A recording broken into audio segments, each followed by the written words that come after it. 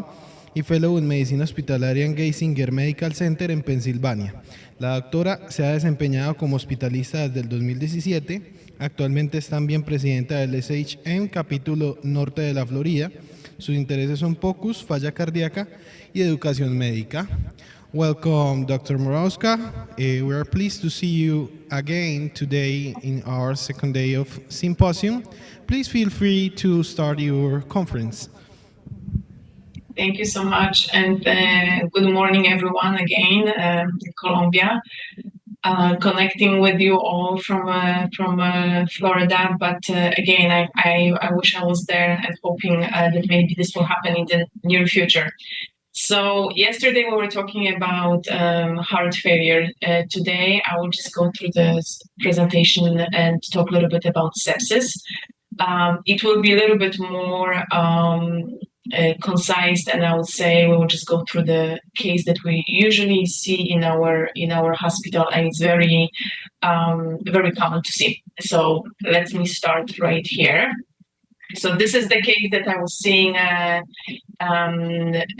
the regular basis here in our hospital, and we're gonna go through it together. So this was a 60-year-old man with a history of diabetes, hypertension, atrial fibrillation, who's on Eliquis, who presented to emergency room with a complaint of left knee pain. In emergency room, we had basic vitals. So he had the temperature of 39.9 Celsius, which indicates fever, respiration rate of 25, blood pressure of 100/60, O2 sats of 99%, and heart rate of 100. These are the medications that he was taking at home. So he was taking glimepiride and metformin for his diabetes, lisinopril for his blood pressure, some multivitamins, apixaban for his atrial fibrillation, as well as amiodarone and metoprolol. So when we saw him in emergency room, the patient was alert, he was oriented, he was ill appearing. On physical exam, everything looked okay, besides his knee, that he had some swelling and ecchymosis with some eschar on top of that. The pain was warm to touch in the surrounding area as well. So that's how his knee looked like. Again, this is a real case that we actually had with our residents here in Mayo Clinic. So this was on the physical exam and the labs. Some of the labs I was putting on the left side for all of you to see. So from his hemoglobin, hematocrit, everything looked okay, but he did have elevated white blood count. His platelets were elevated as well. His CRP was high, was 170, and his lactic acid was 4.8. From general chemistry labs, it seems like everything looked kind of okay, besides his glucose that was a little bit elevated. So when we were looking at this patient and looking again at his vitals, what really we should have done next. So this is really much more the case towards our residents here in Mayo Clinic and like early attendings. But these are the options that we could have chosen at the time, right? So let's go through all these options and see which one is the most appropriate one for this patient. So should we discharge this patient home on oral Keflex, which is cephalexin, one of the cephalosporin? Should we discharge this patient home with instruction to elevate his feet and see orthopedic surgery, knowing that we're dealing with actually joint? Should we give this patient IV Rosepin, which is ceftriaxone, and give him some IV fluids and send him home with the close follow-up with primary care physician? Or should we start drawing the blood cultures, start IV antibiotics and fluids, and further admit? Or should we just call orthopedic surgery and ask to tap the knee first? So I'm gonna give you all a couple seconds to think about it.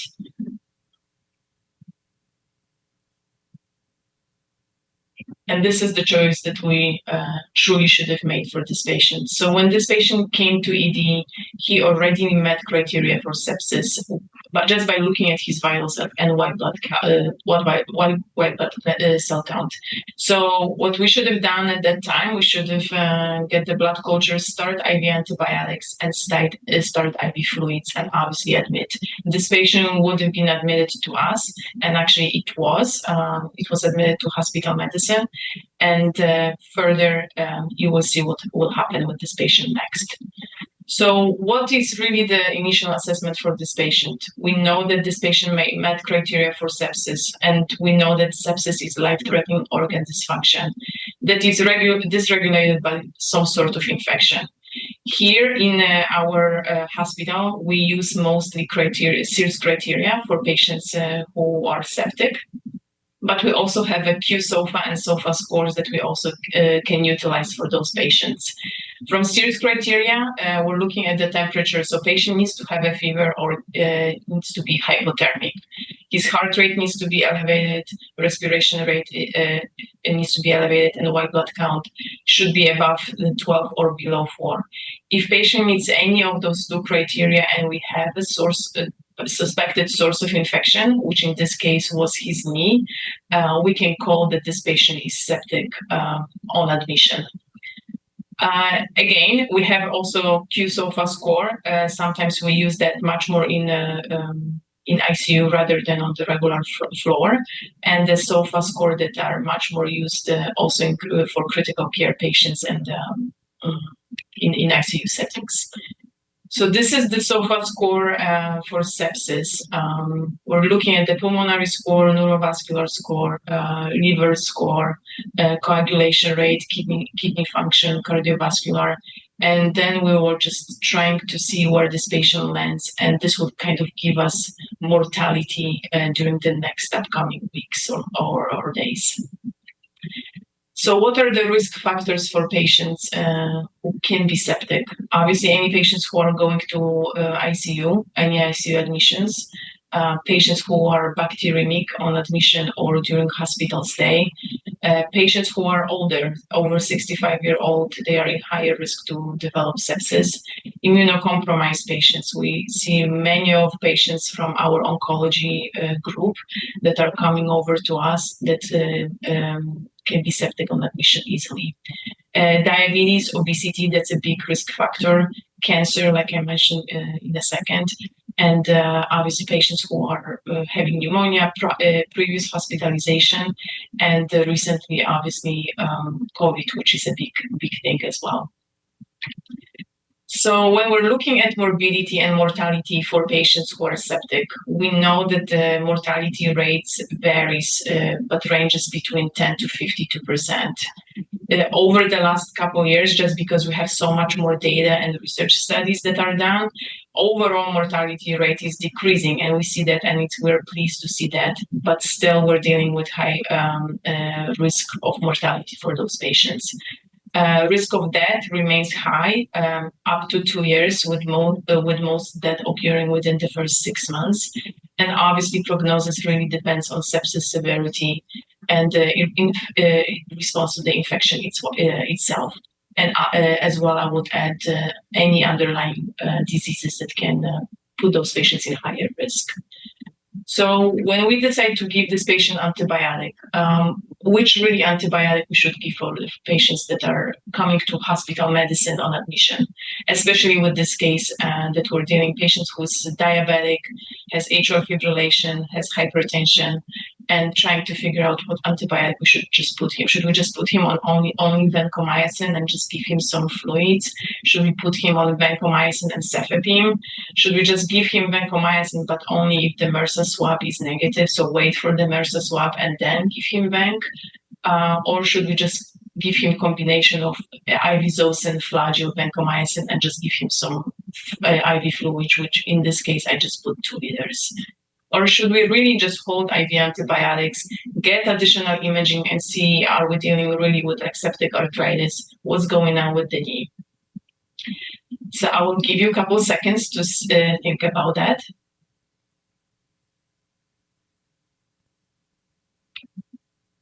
So for this patient, in this specific case, we would give IV vancomycin and cefepime. And some of you might think, just why cefepime if we're dealing with the skin infection? This patient is diabetic, so we usually try to cover a possible Pseudomonas infection. Vancomycin, the most common antibiotic that we can give just to rule out MRSA infection. And cefepime, like I mentioned, this would be a good choice for Pseudomonas. Why we're giving 30 mg per kg of IV fluids? This is one of the sepsis. If patient meets sepsis criteria, this is the bolus that we should give for this patient initially. So importance of timing and antibiotics. We know that as soon as we give these antibiotics, the patients are can get better and faster.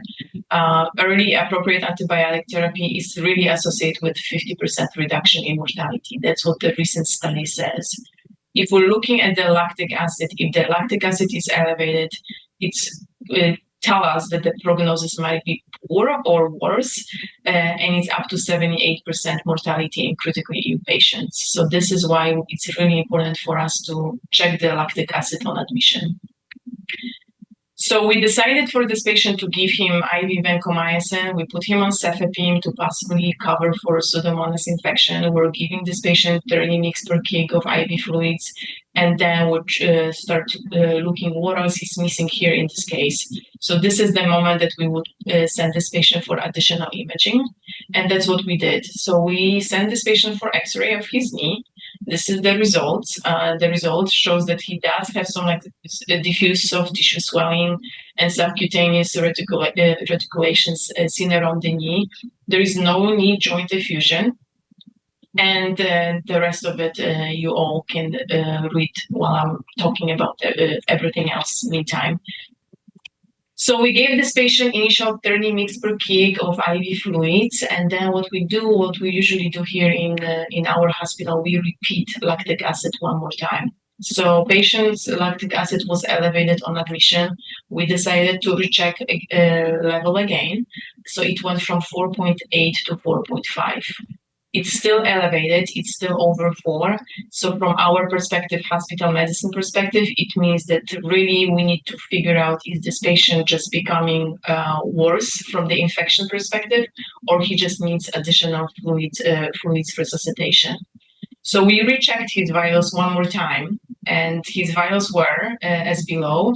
So his heart rate was 130, his respiration rate was 24, his blood pressure was 80/40, his oxygen was 99%, and his overall MAP was 45. By looking at these vitals, obviously we're concerned, especially I'm concerned about his blood pressure being low after initial IV fluids resuscitation and his heart rate going up. So by looking at this, what are we dealing with right now? We're dealing with septic shock. So it's defined as an organ hypoperfusion that requires vasopressors at this point to keep MAP of over 65 in the absence of hypovolemia and elevated lactic acid of more than 2. By looking at this patient again, what we could have done, we could give him maybe another bolus of IV fluids and see if everything is improving in the vitals. But let's say we gave him additional fluid bolus and he's not getting any better and the vitals are the same. So we know this patient is in septic shock. What are we doing next? Would we give him another bolus, like I mentioned? Would we recheck vitals with the nurse and watch the patient? Should we just call orthopedic team and ask them to take this patient to OR for possible debridement of this knee? Should we call ICU at that time and start pressors? Or should we just add additional antibiotic, thinking that maybe the initial antibiotics would not work? So I will give you all a couple seconds to think about it. And what we would do, we would call ICU team at that time and start pressors. So here in our hospital, we can start pressors on the regular floor with the thought process that this patient is going to be transferred to ICU in the next, hopefully the next couple of minutes to an hour. And ICU team is involved right away, so they know that they need to come and assess this patient and help us with that. So we decide to start pressors. Patient is decompensating. Again, which pressors? So that's much more the question for residents, for medical students, than attendings. But I know we're sometimes hesitant to start pressors on the floor because obviously those patients needs to be further monitored in critical care unit. What we can do here in our hospital, we can start pressors like I mentioned, and we usually start with norepinephrine. This is our most of the time initial choice, but I mentioned another pressors that we can also use. So vasopressin is another one that we can add to norepinephrine, dopamine, and phenylephrine is another one. But most of the time, whatever we see on the floor, if kidney function looks good, if everything overall looks okay, but patient is not doing any better, we can usually start norepinephrine. So this patient was sent to ICU. We started norepinephrine, and ICU is calling us back in the next 24 hours and saying that this patient is off pressors right now. His vitals are better, patient is doing better overall, and they want us to take over this patient again. His blood cultures that we drew on admission, and now they're growing Streptococcus agalactiae, and MRSA swab was negative. So what we should do next? Should we just accept this patient back, but we're going to call our ID team at that time and ask to help with bacteremia treatment? Should we just change IV antibiotics to oral because overall this patient is doing better? Should we repeat cultures and continue the same antibiotics? Or discontinue IV vancomycin and just continue cefepime and wait for susceptibility of the cultures and order echo and repeat cultures meantime? Or should we just continue the same antibiotics and no echo is needed? So you all can think about this for a second.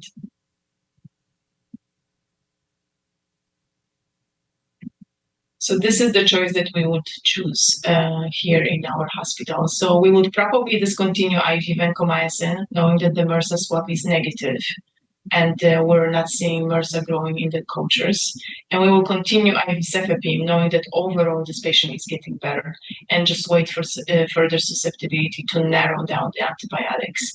Knowing that we're dealing with Streptococcus bacteremia right now, we need to order echo. We see endocarditis for patients who are growing Streptococcus in the blood. Even though it's rare, it's still is the case that we see. And we repeat cultures. Obviously, we need to repeat cultures to make sure that the cultures are negative. So we decided to repeat cultures, like I mentioned. We order echo. We need to rule out endocarditis, and those patients will need probably 4 to 6 weeks of IV antibiotics treatment if the endocarditis is confirmed. How would we count the time of IV antibiotics? So we count from the moment of negative blood culture. And then obviously we need to make sure that the source is controlled. So this is the time when we're going to probably talk to our orthopedic surgery if this patient needs to be further taken to OR, get the treatment of the wound or whatnot. And obviously, at the most important factor for patients who are septic is making sure that the suspected source is under control. So overall, to remember, from the sepsis perspective, SIRS criteria are the most common one that we're using. You need only 2 out of the 4 that we mentioned at the beginning, and automatically this patient can be considered septic if you have a possible source. SOFA and QSOFA scores, like I said, we usually use those rather in ICU than on regular floor. Start IV fluids and IV antibiotics right away. We usually do this during the first 3 hours. And if we think that 30 mg per kg is not helping patient overall, especially for patients with heart failure history or who is on dialysis, we need to be cautious with these fluids, right? So these 2 diagnoses are the most common one that we see. If patient has any of these 2, we try not to give them boluses because we're just giving them, we're making them worse rather than better. start norepinephrine as a first line of pressors if patient is not better after initial fluid resuscitations, and cultures are important. We're trying to culture absolutely everything, and especially if we're thinking that there is a possible source of infection. So if in this knee we would see any open wounds, any discharge from the wound, we would probably swab this as well. Again, patient needs to meet criteria for sepsis, start IV fluids and IV antibiotics, and if patient is not getting better, start pressors and send this patient to ICU. What is really important for patients who are septic, especially over this last couple of years, we actually utilize septic score in our emergency department. So patients who are coming to emergency room, in our medical records, we have a pop-up message automatically if any of the serious criteria are met on admission. So it's helpful for our ED physicians to start treatment before calling us to admit this patient to the floor. So that's what I have for you all regarding sepsis. If you have any questions about sepsis, please let me know. Otherwise, thank you so much.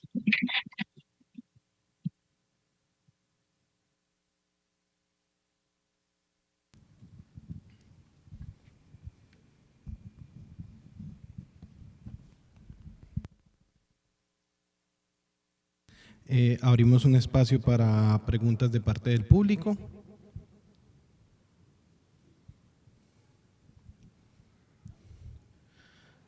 There are no questions. Dr. Morawska, thank you for your excellent conference. Thank you for sharing your knowledge. We hope to see you again in another edition of the symposium in collaboration with the Mayo Clinic. Thank you.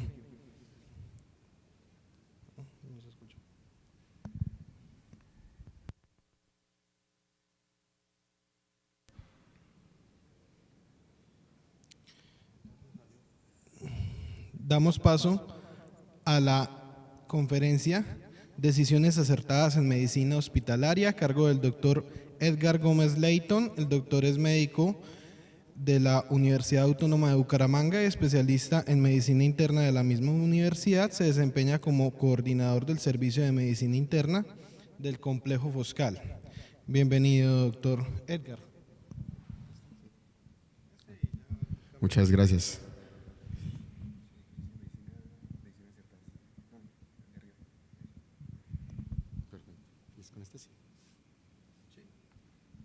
Bueno, buenos días. Gracias al comité organizador, gracias al profe Cadena y pues a todos los que están acá un sábado. Hasta ahora ya es duro, y más cuando le toca uno de último las conferencias. Entonces la idea es que hagamos un pequeño repaso de qué son decisiones acertadas en medicina y qué es medicina de óptima calidad. Ya muchos han escuchado esta charla, la idea no es aburrirlos, le hemos metido algunas cositas y la invitación a que todos hagamos parte de esta iniciativa. Entonces, bueno, mientras la proyectan deberían pararse, ¿no? Un poquito. Saben que la lipoproteína lipasa endotelial se inactiva cada 90 minutos que están quietos. Entonces aumentamos el riesgo cardiovascular, entonces pararse un momentico ahí, mover los gemelos. ¿Listo?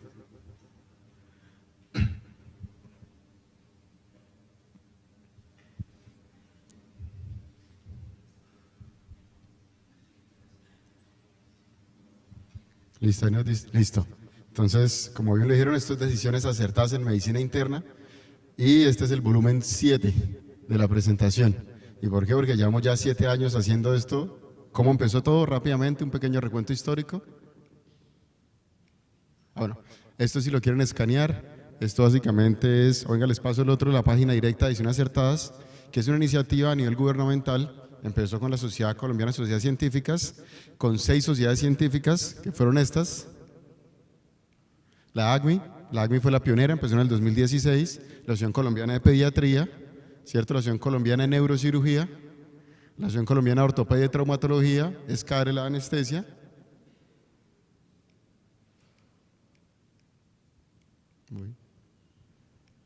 SCARE, anestesia. No cambia. Ya. La Asociación Colombiana de Neurología. ¿Listo? Esas 6 sociedades fueron las que empezaron con esta iniciativa, que básicamente en qué consistía, en que hagamos uso racional de las estrategias diagnósticas que tenemos en Colombia. Para una segunda fase empezar a hablar de estrategias terapéuticas. Entonces todo nace porque el doctor Rolf Alwards en el 2016 publica este artículo, que básicamente es una explicación de qué es la medicina de óptima calidad. El doctor Alwards es internista también, trabaja en Bogotá, y él empezó con esto. No, definitivamente si no cambiaba. Ya nos sentamos, nos paramos allá arriba. No. Tiene delay.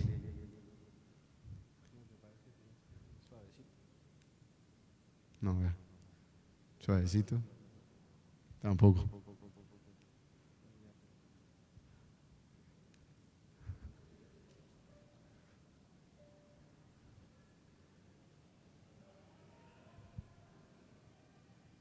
Gracias. Perfecto, entonces así. Entonces, empezó en el 2016 y el comité organizador. Era el doctor Rolf Alwards como internista, la doctora Sabrina, internista de la Santa Fe, la doctora María Paula, también internista, el doctor Joel, que era internista y pediatra, que es una formación que se hace en Estados Unidos, la hizo en Pensilvania, entonces era internista y además pediatra, el doctor Pozo como infectólogo y yo, y el doctor Alejandro como internista. Básicamente, ¿qué hicimos? Hicimos el comité en una iniciativa de la ICP y lo que buscamos fue sacar muchas recomendaciones de qué cosas no deberíamos hacer en medicina. Sacamos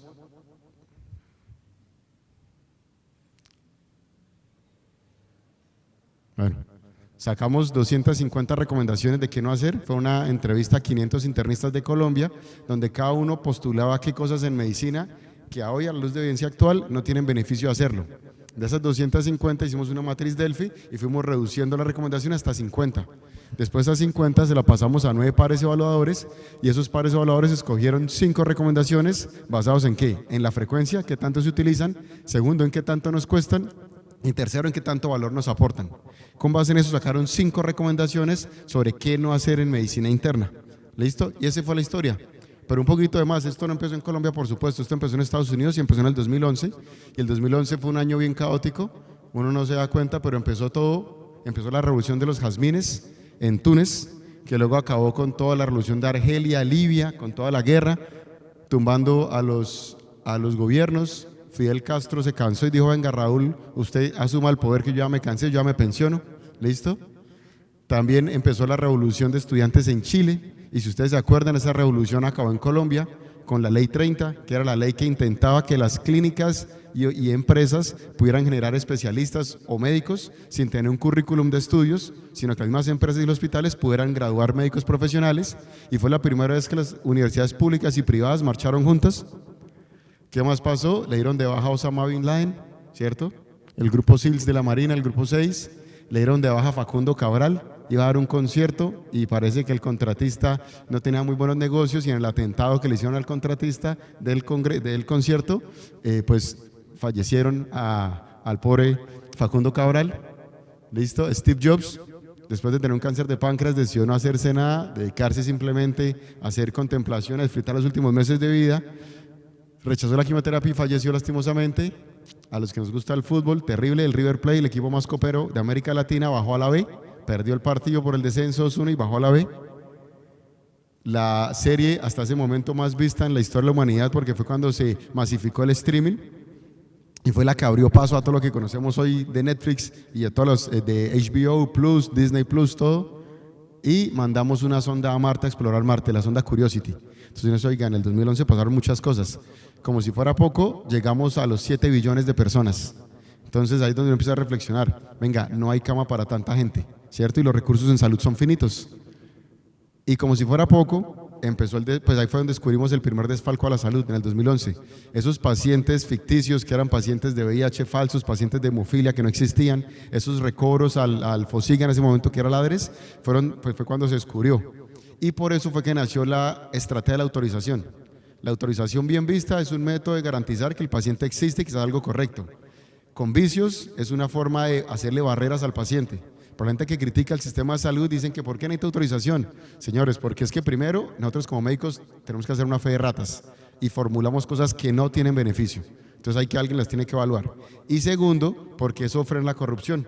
Al tener una autorización, el paciente no tiene que ir directamente hasta las oficinas, eso sí me parece absurdo en el siglo XXI, pero tiene que ir un correo con su identificación, su citación, su lugar, su llegada y una confirmación al sitio donde fue, para saber que esa resonancia que le pidieron sí se le hizo al paciente y quedó con resultados, no que es un examen ficticio para generar recobros. Entonces eso se descubrió en el 2011.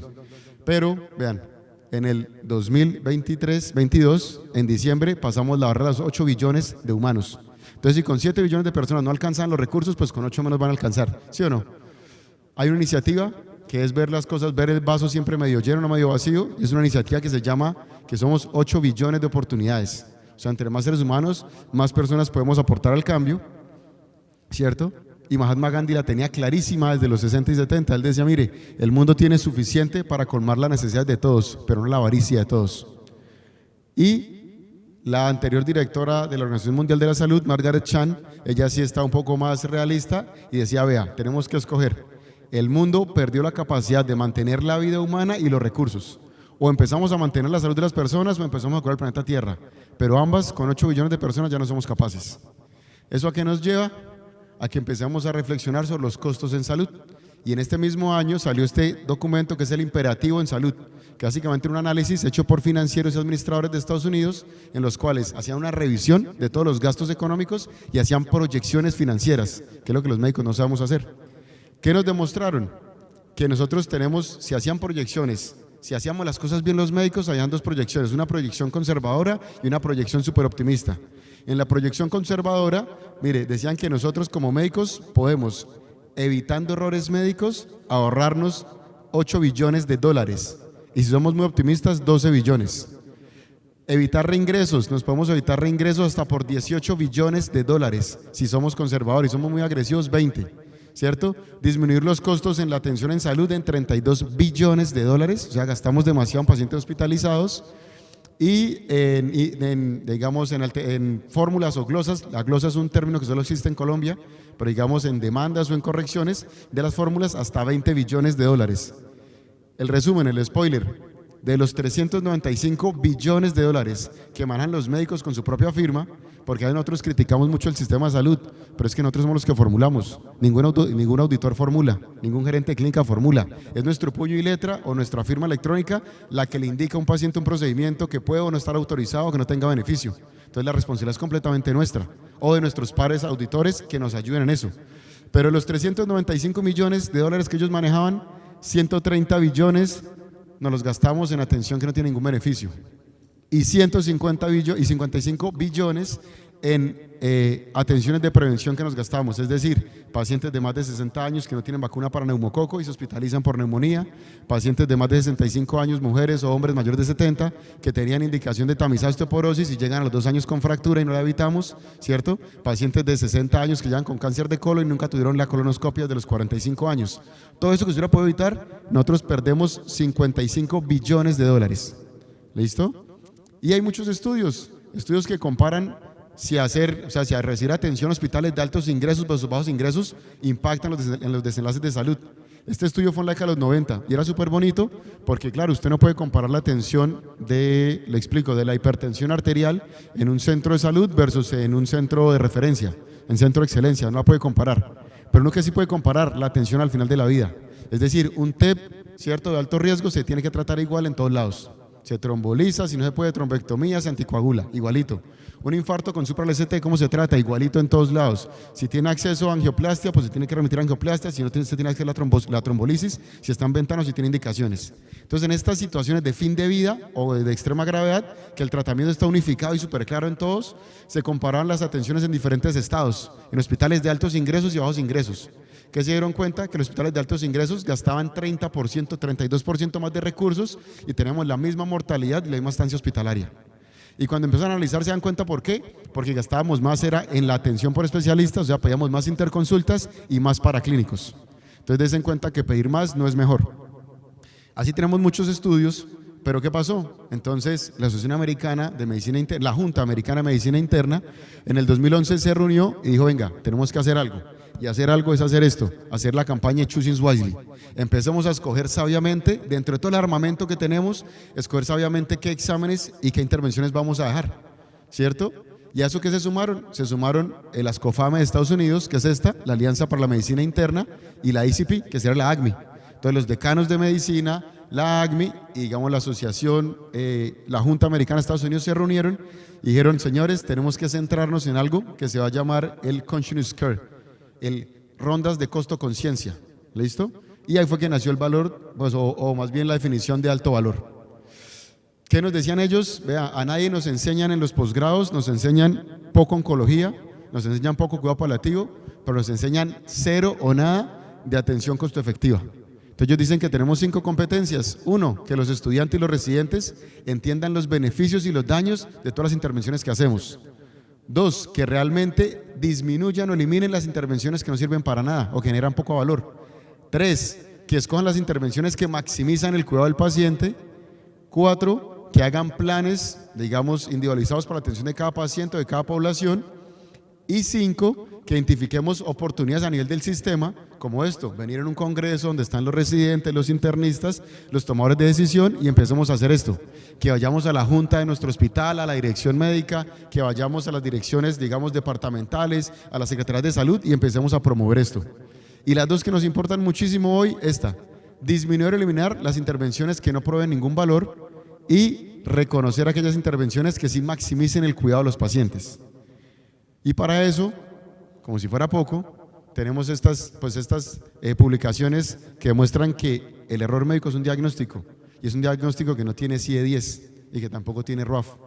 Claro, casi que es un arma a doble filo, porque será inducir la demanda ante nosotros, ¿no? Y el error médico no es solamente el médico que se equivoca, es la enfermera que rotula mal al paciente, es la auxiliar de enfermería que le pone la dipirona al paciente infartado y la aspirina al paciente en lumbago, ¿sí? Que por pacientes homónimos se equivoca.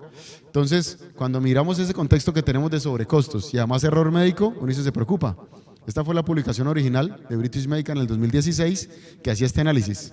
Ahora, uno dice, no puede ser la tercera causa de muerte en el mundo, ¿no? La primera es enfermedad cardiovascular y ACV, luego cáncer, luego error médico. Uno dice, no, eso no puede ser en Estados Unidos, tampoco. Estados Unidos sí están obligados a reportar error médico, pero cuando se hace la revisión sistemática, esto es un metaanálisis que se hizo de estudios observacionales, por eso ven que aquí no está el 1, sino está el 0. Estos son puros datos de prevalencia que se hacen en el plot de Forrest, y básicamente lo que nos demostró es que la prevalencia de muertes evitables o errores médicos es del 3%. En una población de 400 millones en Estados Unidos, representa 23.000 o 22.000 muertos por error médico, ¿cierto? Entonces es un dato pues no menor. Como si fuera poco, uno dice que nos salve la ciencia, pues vean, esto ya lo tenemos estudiado. Hasta el 85% de las publicaciones no generan ningún aporte ni ningún cambio en la clínica, ¿cierto? Son publicaciones o para el ego o para el estándar, ¿sí? O para mantenernos vigentes o para tener la calificación de investigador junior o senior de Colciencias, pero el 85% de lo que publicamos no tiene ningún impacto en la práctica clínica, tan así que lo han llamado como investigación basura o evitable, y eso va a generar un impacto medioambiental. Todos los ordenadores que tiene que tener Google, Amazon, Oracle, allá abajo del agua, en el mar, para almacenar toda esta información en PubMed, eso genera un impacto medioambiental. Y cuando usted hace una revisión sistemática, ustedes no me dejan mentir, antes uno la podía hacer y ustedes ven los flujogramas y buscaban por título y abstract, digamos, diagnóstico de Clostridium difficile con toxina versus antígeno versus ELISA GHD. Entonces usted quería mirar cuál era una revisión sistemática de la sensibilidad de esos 3 métodos diagnósticos. Usted antes buscaba 300 artículos, sacaba por título y abstract 70 y analizaba 45. Hoy en día usted hace eso en PubMed, le aparecen 3.500 artículos que toca buscar por título y abstract, y eso usted le acaban funcionando 100, y de esos 100 usted encuentra datos de 60, 50. Entonces nos hace más difícil la aplicación de la medicina y pues el estudio. Y como si fuera poco, sobrecostos 30%, error médico y 85% literatura basura, uno diría, bueno, que la ciencia salve la patria, ¿cierto? Pues vean, esto es un artículo súper bonito del 2015, esto es metaepidemiología. Así como hacemos metaanálisis, es cuando estudiamos los resultados de los estudios, ¿sí? No desenlaces clínicos, sino resultados positivos o negativos. Se dieron cuenta que en las principales 90 journals, ¿cierto?, de medicina que tenemos en el mundo, a medida que van aumentando las publicaciones, que es la línea negra, desde 1970 hasta el 2015, vean cómo van aumentando, se han multiplicado por 1000 las publicaciones científicas, también aumentan casi de una forma logarítmica las retracciones. Es decir, entre más publicamos, más tienen que tumbar los artículos. Y las retracciones por 3 cosas. 1, por falsedad de documento, porque se inventan pacientes. 2, por alteración los análisis estadísticos. Y eso es lo importante cuando usted va a hacer un metaanálisis, una revisión sistemática, usted la matricula en Prisma, ¿cierto? Pues hace la estrategia Prisma y la matricula la pone en Clinical Trials, o se me olvida el nombre, Equator, no, se me olvidó el nombre, que usted la tiene que matricular y tiene que poner el análisis estadístico que va a hacer. ¿Para qué? Para que usted luego no haga análisis post hoc, en los cuales usted manipula la información y da un resultado a favor. ¿Listo? Y como si fuera poco, también porque ocultan información o por conflictos de interés. Entonces uno dice, vea, estamos pues terribles, ¿no? 30% sobre costos, error médico, literatura evitable, y entre más publicamos, más tenemos que quitar los artículos porque no son ciertos. Quizá, bueno, el área que más quita artículos, hay una revista que se llama Journal Watch y tiene publicaciones cada 15 días. Y le llega a usted el correo como New England Journal de cuáles son los artículos que han sido retirados de las publicaciones. Lo que uno más ve es en ginecología. Y uno dice, qué triste y qué susto, porque pues eso es la medicina materno-fetal, ¿no? Es el binomio. ¿Listo? Y de los más preocupantes, el de la Apixaban. Y yo creo que todos lo conocemos. El gran metaanálisis que nos dice que la Apixaban es igual de efectivo y menos peligroso por incidencia de eventos de sangrado en los pacientes adultos mayores. Cuando usted quita el estudio de China, que alteraron como el 22% de los pacientes, el metaanálisis es exactamente igual para los 3 anticoagulantes. Y todos nosotros nos basamos en ese estudio para decir que la Apixaban es más seguro, ¿no? Entonces uno dice, hijo pucha, ¿sobre qué bibliografía estamos haciendo la medicina? ¿Listo? Entonces uno queda así, queda como Rafael Dudamel en esta temporada, que no íbamos ganando, queda uno preocupado, y uno dice, bueno, entonces ¿qué hay que hacer? Vamos a replantear esto. ¿Listo? Y replanteando esto, el doctor Rolf Alwers en el 2016 nos dice, vea, hace un artículo súper bonito, una revisión sistemática, y nos define qué es medicina óptima calidad. Y nos dice, es la identificación de exámenes diagnósticos, procedimientos y tratamientos innecesarios. Y ojo, subrayemos esto acá, que indicamos los médicos. En Colombia las enfermeras no formulan, ni los paramédicos, como en otros países. En Colombia somos los médicos los únicos que formulamos, ¿cierto? Los cuales, independiente de su costo, se consideran no agregan calidad en la atención de los pacientes o incluso pueden ser dañinos. ¿Listo? Y ejemplos de eso, el TAC de abdomen, ¿cierto? Hoy en día en esa medicina defensiva estamos pidiendo mucho TAC de abdomen, aunque pues a veces uno lo justifica, pero el 50% de los exámenes físicos que no tienen alteraciones se encuentran en cientalomas. Y esos sí cientalomas pues acaban tratándose, ¿no? Acabamos haciendo biopsias, ¿cierto? Generándole más costos al sistema, más riesgos al paciente y más ansiedad.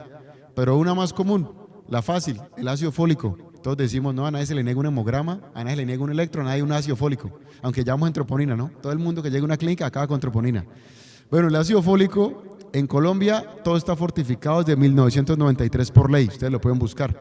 ¿Fortificado qué significa? Ustedes van, miran la leche clean, miran las galletas, Club Social, todo eso dice el arroz fortificado, ¿sí? Significa que tiene yodo, zinc y ácido fólico. Entonces es más barato prescribir el ácido fólico para reponerlo que medirlo. Y tan así que John Hopkins hizo este estudio, agarraron en el 2013 todas las muestras intrahospitalarias que hizo John Hopkins, un hospital de 1000 camas, ¿listo? Y se dieron cuenta que habían medido 84,000 veces el ácido fólico. Y cada ácido fólico le cuesta $2 a ellos. Es decir, perdón, aquí al dólar, que estaba, esto fue ayer, que agregamos el dólar, estaba a 4,174 pesos. Es decir, John Hopkins se gastaba en 95 millones al año, más, 900, perdón, millones al año. 950 millones al año midiendo solo ácido fólico. ¿Cierto? Entonces uno ya sabe que el ácido fólico solo hay algunas indicaciones para medirlo. Pacientes con alteraciones, con enfermedades hematológicas, pacientes con anticonvulsivantes, pacientes que sí, además tienen demencia, pacientes con alteraciones malabsortivas. De resto no hay por qué andarle pidiendo ácido fólico a las personas con anemia. ¿Listo? Y el TAC de cráneo por cefalea, mientras no tenga signos de alarma, la prevalencia más bien de hallazgo, la incidencia de hallazgos anormales es del 1%. La misma que en personas sanas. Entonces estamos abusando mucho de exámenes y esto tenemos muchísimo. Esto fue, por ejemplo, un ejemplo, esto fue de la ronda esta semana. Una mujer de 44 años, síndrome constitucional, había perdido 3 kilos en un mes, ahí picando en el palo. ¿Listo? Antecedente, para ser joven tenía gota, el ácido úrico ya lo tenía, estaba en manejo, pero lo tenían 6. Saben que la meta es tenerlo menor de 6 para que no se precipite. Tiene una anemia normocítica, normocrómica moderada y tiene una vitamina B12 elevadísima, sin suplencia. Ustedes saben que la hipervitaminosis B se asocia a neoplasia. Entonces uno dice, bueno, joven, con síndrome constitucional, hipervitaminosis, probablemente una neoplasia. ¿Cierto? ¿Qué se le pidió? Se le pidió un TAC de abdomen y pues tenemos los hallazgos, ¿no? Lesiones hipointensas, múltiples de diferentes diámetros que realzan el contraste periférico en la fase arterial, vea. Bueno, esta que también tiene fase venosa, en el hígado. Entonces uno dice, listo, una enfermedad metastásica, severísima, ¿sí o no? Es una paciente joven, la oncología ha cambiado mucho, tenemos opciones de inmunoterapia. ¿Qué le eran ustedes? Pues lo que le hice, esto fue en Foscal, ¿no? Donde tenemos esta política juicioso. Vea, le pidieron endoscopia y colonoscopia de entrada. Le pidieron TAC de cuello de tórax, bueno, para estadificar la enfermedad, sí. Le pidieron alfa-fetoproteína, pues esto probablemente no sea un hepatocarcinoma, ¿no? Le pidieron CA19-9, visto, podría ser, pero pues ya ante la evidente enfermedad masiva. Le pidieron CA125, le pidieron un CA15-3, le pidieron antígeno cáncer embrionario, le pidieron LDH, ELISA, bueno, eso sí nos tocaba, y las serologías para la quimioterapia, ¿cierto? Pero uno que diría, ¿y qué nos dice la guía? ¿Y qué nos dice el seminario de Lancet? Profesores, busquen la biopsia más superficial, menos invasiva y hagan la inmunistoquímica y pare de contar. Y con la inmunistoquímica luego nos vamos a buscar el primario, ¿cierto? Para hacer la diferenciación histológica y escoger la mejor quimioterapia. O sea, probablemente la paciente se beneficie algo de estos estudios, pero no todos de una vez. ¿Listo? También nos pasó, esto fue en la ronda ortopedia, un paciente después de un reemplazo total de rodilla, lo vimos el 23, yo pasé ronda 7 días después. Y en el análisis, la nota de ortopedia, obviamente estos entre amigos todos, decía que darle cefasolina 2 gramos cada 8 horas profiláctico, y yo pasé ronda 8 días después. Entonces, ¿cuál concepto de profiláctico 8 días después? Quite el antibiótico. Entonces, esto pasa en nuestro propio centro, donde nosotros tenemos una política fuerte en esto. ¿Sí?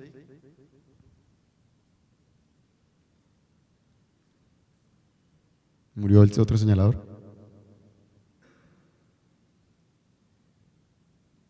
Sí, allá. Uy, uy.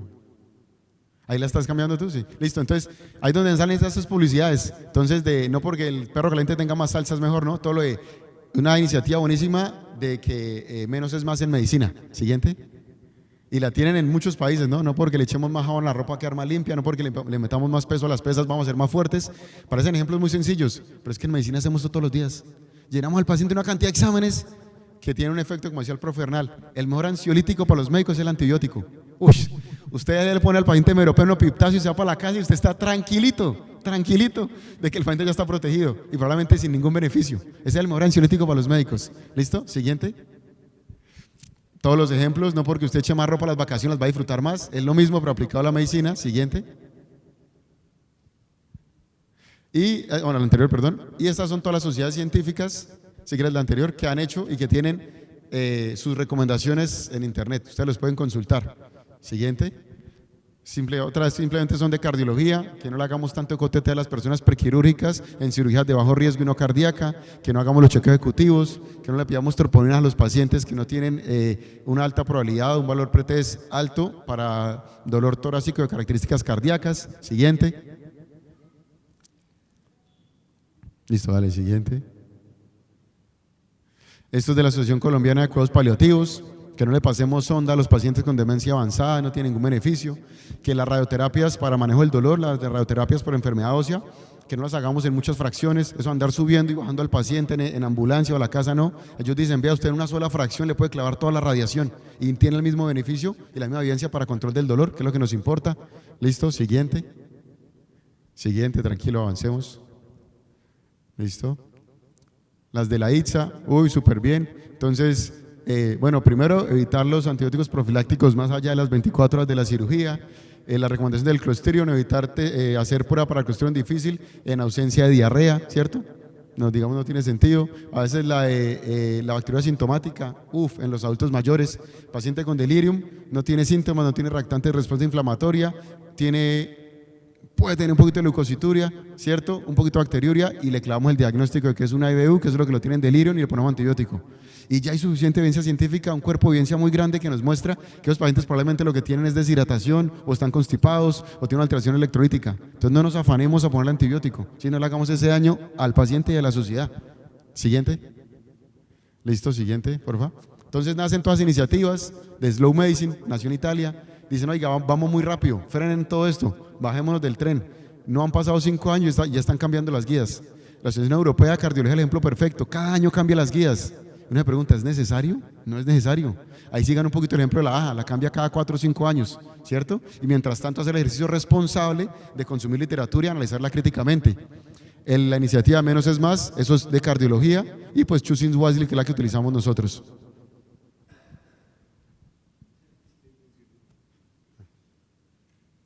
Sí, yo me voy a hacer acá. ¿Listo?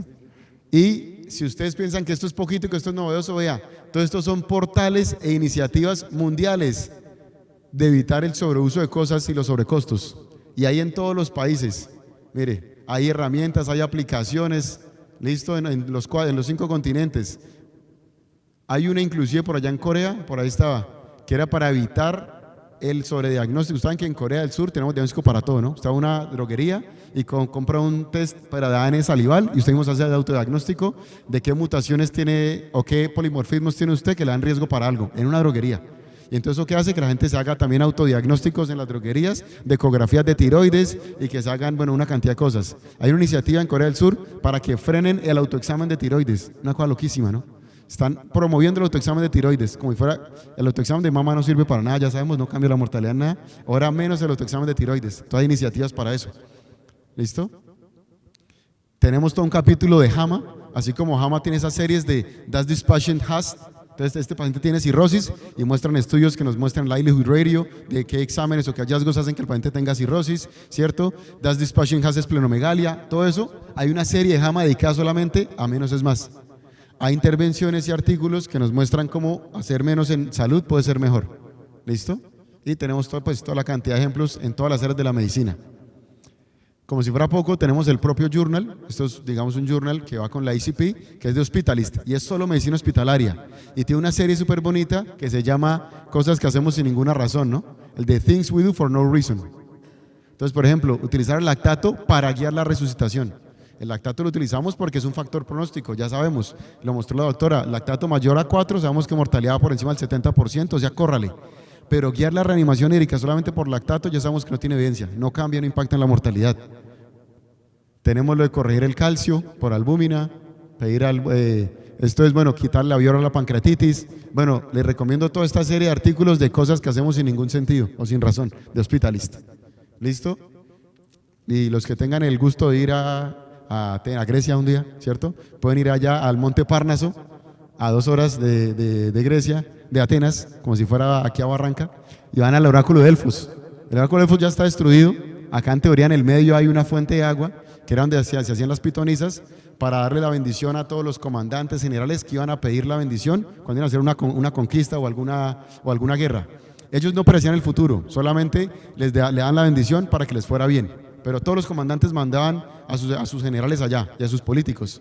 Y tenía 3 frases: el Meatán, el primero que era conócete a ti mismo. Esto supuestamente estaba cerrado, y acá arriba decía el conócete a ti mismo, la importancia de la primera local. Al otro lado tenía el Meatán, el justo medio, y en la mitad el que el es una cosa que todavía no sabemos qué significa bien. Pero el justo medio, pensando en eso, el principio de justicia distributiva.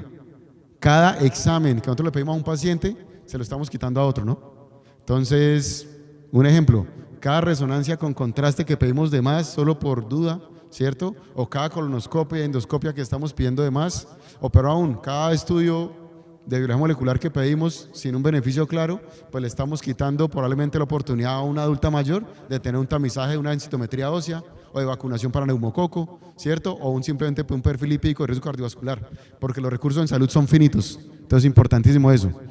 Y las 5 recomendaciones de la ACME, que es lo que no me puedo ir de acá sin que ustedes las conozcan. La idea es seguirlas publicando, la idea es que ustedes también miren las de las otras sociedades, perdón, me corro, y esta es la primera. Ojo, este es el doctor Puello, el presidente actual de la ACME, y dice: no ordene un ecocardiograma transtorácico para tamización en pacientes asintomáticos cardiovasculares, como tampoco un ecocardiograma transtorácico prequirúrgico en personas asintomáticas sin factores de riesgo para enfermedad cardiovascular. Y esto es lo que queremos socializar con anestesia, ¿no? A veces nosotros damos aval para la cirugía. Claro, nosotros no asumimos el riesgo legal, ni nosotros nos complicamos con el paciente en la mesa, ¿cierto? Pero pues ya hay mucha evidencia, y ellos muchas veces siguen pidiendo eco prequirúrgico. ¿Listo? La siguiente: evite realizar una prueba de esfuerzo convencional para diagnóstico de cardiopatía isquémica en la evaluación inicial de pacientes sin síntomas de bajo riesgo, es decir, los chequeos ejecutivos.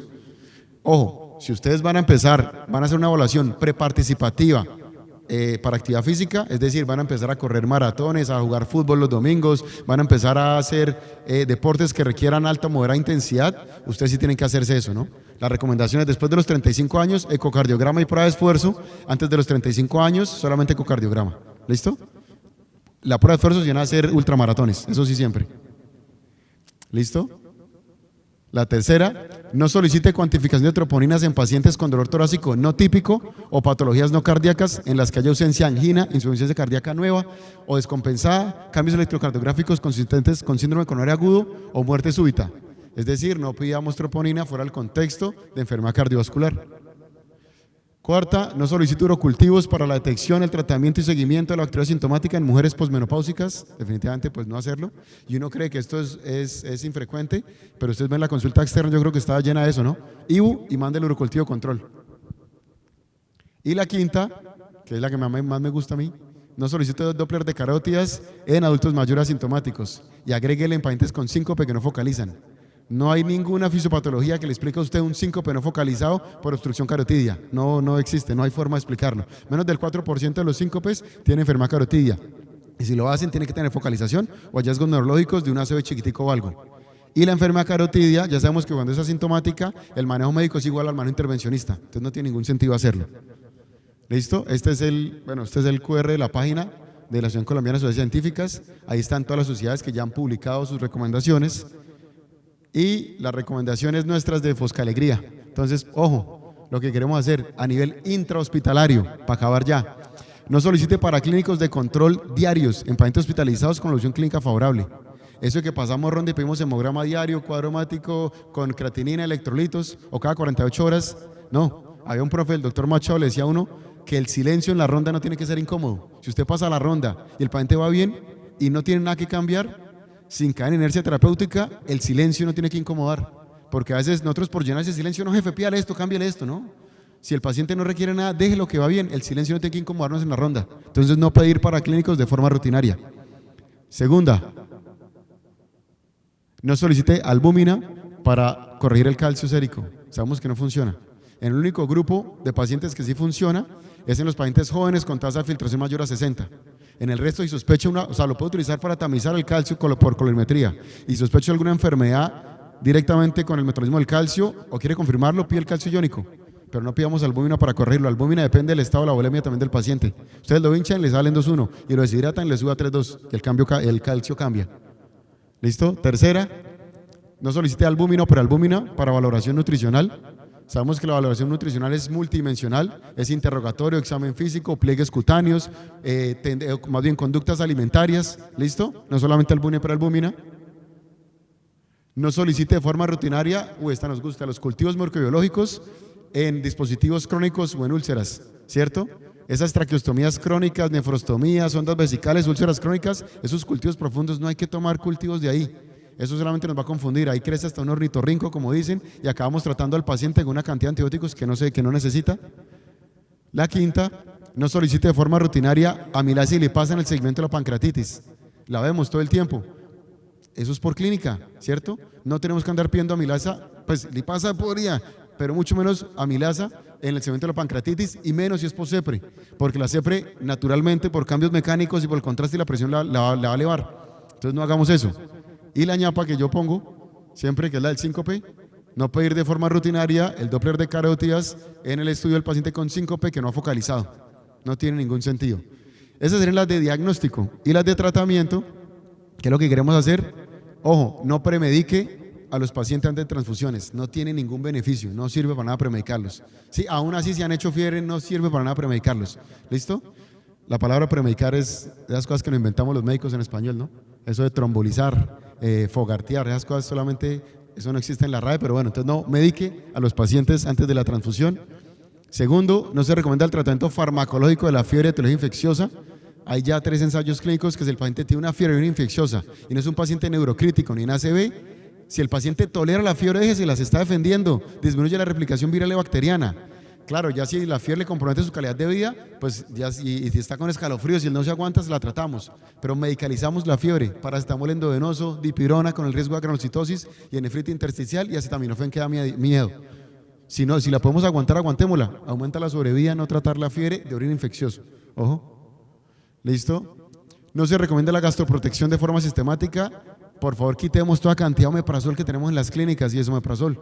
Solamente los pacientes que tienen factores de riesgo sí se benefician de ellos, de resto nada.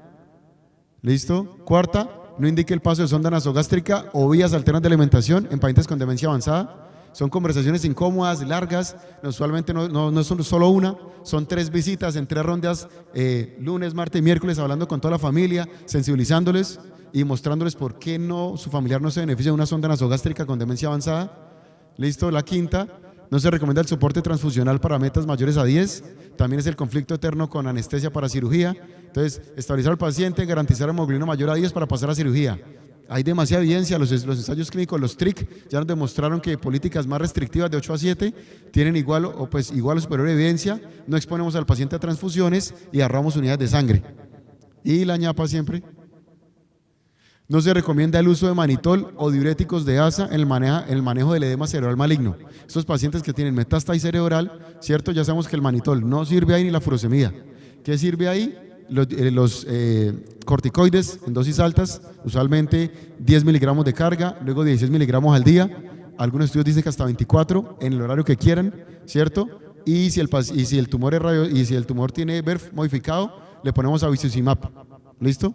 Y ya, eso es lo único que funciona, o la cirugía. Entonces lo que les traíamos básicamente es hablar de medicina de alto valor, que cada pesito que invirtamos en salud se gaste de la mejor manera, porque no nos sobra la platica. Estas son todas las iniciativas, las páginas que ustedes pueden seguir. Simplemente vean la medicina basada en valor y finalizar con esto. No es fácil desaprender lo que durante muchos años consideramos hemos venido haciendo correctamente. La medicina óptima calidad no debería considerarse como una intromisión en nuestra autonomía para desarrollar acto médico. O sea, que los colegas no se sientan ofendidos, ¿cierto? Pero a los internistas colombianos nos corresponde desarrollar estrategias en nuestro medio que busquen sentar el precedente de un uso racional de pruebas diagnósticas y de tamización.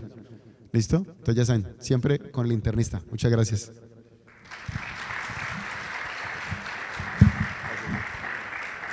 Agradecemos al doctor Edgar por su excelente charla. Abrimos un espacio para 2 preguntas.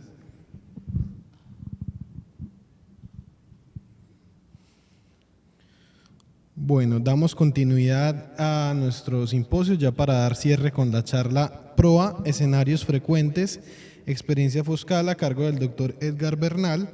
El doctor es internista de la Universidad Industrial de Santander, infectólogo de la Universidad Nacional y director de infectología del complejo foscal. Bien, gracias. Buenos días.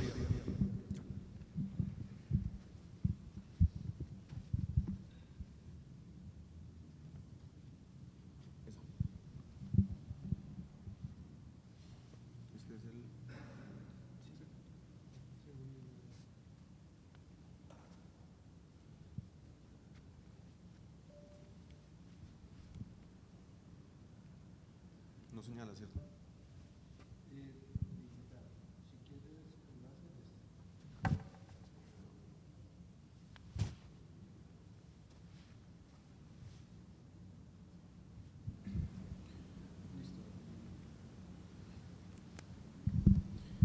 Bien, gracias. Buenos días a todos. Gracias por la invitación y gracias por estar aquí. Lo que les voy a contar durante los próximos 30 minutos es algunos datos del programa de PROA en la clínica donde trabajo y alguna evidencia sobre en qué se sustenta un programa como lo es PROA. Desde que somos Homo erectus, por aquí hace 2.5 millones de años, Homo sapiens por aquí 350.000 años, y casi hasta llegar a la edad moderna, la esperanza de vida de los humanos cambió muy poco, como 10 años, de 30 a 40 años de esperanza de vida. Realmente solo hacia final del siglo XIX y en el siglo XX, las intervenciones como agua potable, disposición de excretas, de aguas residuales, las vacunas y los antibióticos cambiaron esa esperanza de vida que hoy en Colombia 73 años, en primer mundo puede llegar a 80 años. Entonces han sido intervenciones que han sido altamente efectivas. Estamos en época de Nobeles, entonces quiero 2 diapositivas para Nobeles que tienen que ver con antibióticos. A principios del siglo XX, Paul Ehrlich intentaba con medicamentos derivados de metales pesados como el arsénico, como el mercurio, tratar infecciones. eran algo efectivos como para sífilis, por ejemplo, pero muy, muy tóxicos. Era algo similar a lo que hoy hacemos con cáncer. Solamente hasta la década del 30 que aparecen primero las sulfonamidas, luego la streptomicina, la base inicial para el tratamiento de tuberculosis. Y finalmente en los 40, estos investigadores, iniciando con Fleming, que descubre la penicilina de una forma un poco al azar en 1928, y estos dos investigadores que en Oxford terminan purificándola, usándola primero en animales y luego viendo que tenía un alto impacto en tratar infecciones que para el momento eran de altísima mortalidad, como neumonía, como meningitis, como infección de piel y tejidos blandos. Entonces los antibióticos, el impacto que han tenido en la población, en las enfermedades infecciosas es muy, muy alto. Lástima que el señalador no lo veo que funcione. ¿Sí se ve? Ya lo vi. Bien, estas enfermedades tenían mortalidades así de altas antes de la era antibiótica. Neumonía adquiría en comunidad una mortalidad del 23%, endocarditis, meningitis en las que moría casi la totalidad de los pacientes. Y el impacto que tuvo los antibióticos es bajar la mortalidad, por ejemplo, en neumonía del 23 al 7%, en endocarditis de la totalidad al 25%, meningitis de más del 80 a menos del 20%. Un impacto muy, muy alto en mortalidad han tenido los antibióticos desde que los estamos utilizando. Para compararlo con mis colegas cardiólogos, intervenciones como aspirina o firinolisis con streptokinasa, impacta un 3% en mortalidad al manejar infarto del miocardio. O sea, el impacto de los antibióticos es realmente milagroso. Pero estos medicamentos milagrosos tienen el inconveniente de que la manera como funcionan es que presionan la selección de gérmenes resistentes. Es lo natural que ocurra con su uso y rápidamente cuando aparecen, la resistencia unos pocos años después aparece. Entonces sulfonamidas a mediados de los 30 y el 40 ya había claramente presencia de cepas resistentes. La penicilina la empezamos a usar a finales de los 40, 5 años después ya el estafilococo aureus, por lo menos de la hospitales, ya era resistente a penicilina. Hoy día pues la totalidad de los estafilococos son resistentes a penicilina. Hay otros antibióticos como vancomicina de mediados de los 50 que realmente la resistencia solo apareció 30 años después, pero son excepciones. La mayoría de antibióticos, una vez se empiezan a utilizar, la resistencia aparece muy, muy rápido. Ceftarolina, prácticamente el mismo año en que se empieza a utilizar, se reporta ya resistencia. Ese es un lado del problema. El otro lado del problema es el desarrollo de antibióticos. Desde los 80 en adelante, esto está contado aquí cada 5 años, el desarrollo de antibióticos vino disminuyendo de forma exponencial. Y para principios de la década del 2010, hubo 3 años en los cuales no se desarrolló ni un solo antibiótico nuevo para infecciones sistémicas. Entonces, más resistencia, menos antibióticos. Esos fueron los antibióticos desarrollados en la década entre el 2000 y el 2010. Algunos de ellos solucionaron problemas de resistencia en gram positivos, como daptomicina, linezolid, otros en gram negativos, como ertapenem, tigecyclina, ceftaroline. Pero como les cuento, después del 2010 hubo 3 años en los cuales no se desarrollaron nuevos antibióticos. ¿Por qué no se desarrollaron nuevos antibióticos? La explicación que daba quienes los producen, quienes los investigan, posiblemente son estas 3. Una, hay dificultades técnicas. Cada vez sentimos que tenemos más agotados los blancos que utilizamos para matar bacterias. Producir antibióticos es muy costoso. Producir un antibiótico cuesta alrededor de $800 billones y toma unos 5 años de investigación. Además, hay muchas barreras regulatorias. FDA exige que para cada indicación de un antibiótico exista un ensayo clínico con un comparador que es el estándar del momento para poderlo aprobar para esa indicación. Eso hace que desarrollar un antibiótico sea demorado y costoso.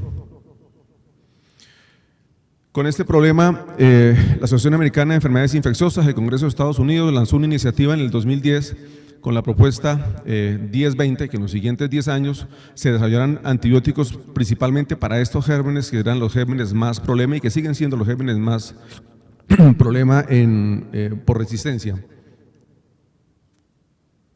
Y esa iniciativa tuvo efectos. Estos antibióticos que nombro aquí arriba, que no los tenemos en nuestro medio, realmente aportan poco al problema de resistencia.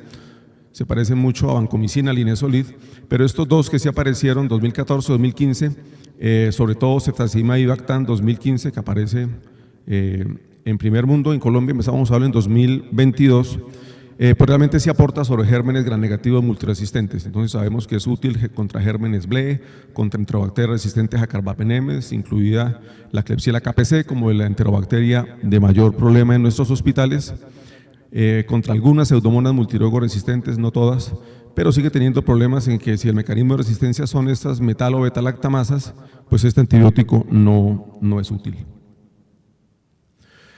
Estos otros antibióticos no los tenemos aún en nuestro medio, pero se han desarrollado en los últimos 8 años. Posiblemente uno que nos podría dar alguna solución a los problemas de multirogo resistente gram negativo sea cefiderocol, meropenem, bobarbactam, que posiblemente llegue para el año siguiente. Realmente lo que aporta es muy poco sobre ceftazidima y Bactam. Hay que compararlo, pero realmente son muy pocos los escenarios donde vamos a tener que sea una mejor opción a la que hoy tenemos. Entonces, cefiderocol sí, porque el problema que tenemos hoy de resistencia en gram negativos resistentes a cefta y Bactam son metalocarbapenemasas principalmente. Y esta cefalosporina, que es un sideróforo, sí es útil contra este tipo de microorganismos, pero el ingreso de ese costoso medicamento lo vemos todavía lejano. Entonces nos enfrentamos a este problema de bacterias muy resistentes. Hoy día las infecciones por gérmenes multirogo resistentes dan cuenta de 1.3 millones de muertes al año, comparado con cáncer, que es aproximadamente unos 10 millones de muertes al año lo que produce.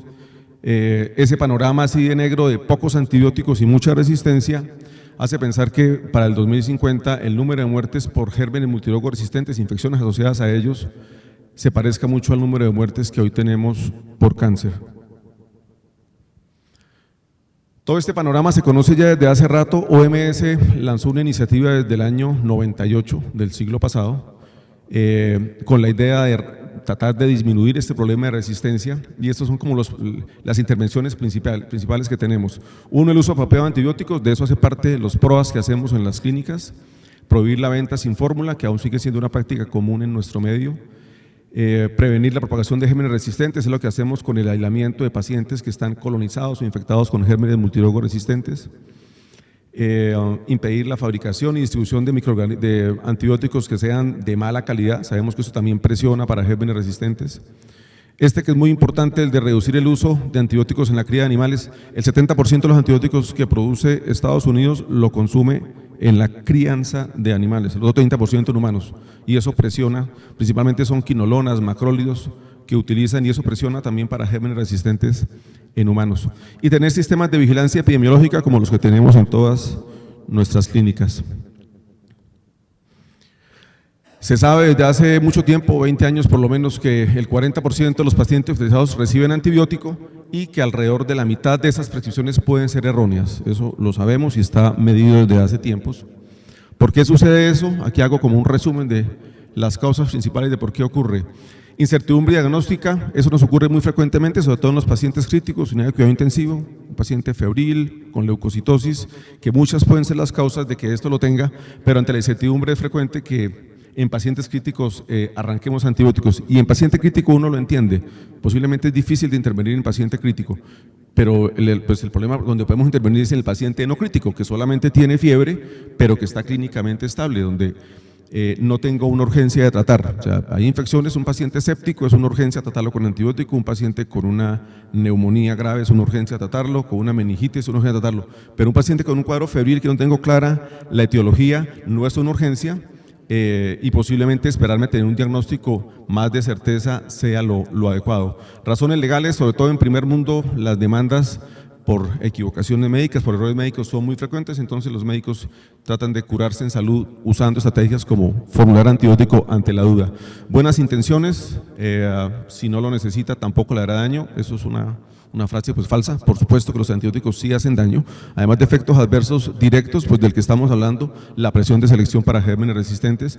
Desconocimiento, no conocemos muy bien el espectro antimicrobiano de los antibióticos que usamos, las dosis, las maneras como debemos utilizarlos. Presión del paciente y poco tiempo en la consulta. La formulación de antibióticos para bacteriuria sintomática de la que nos hablaba el doctor Gómez, la formulación de antibióticos para infecciones respiratorias altas que generalmente son de origen viral.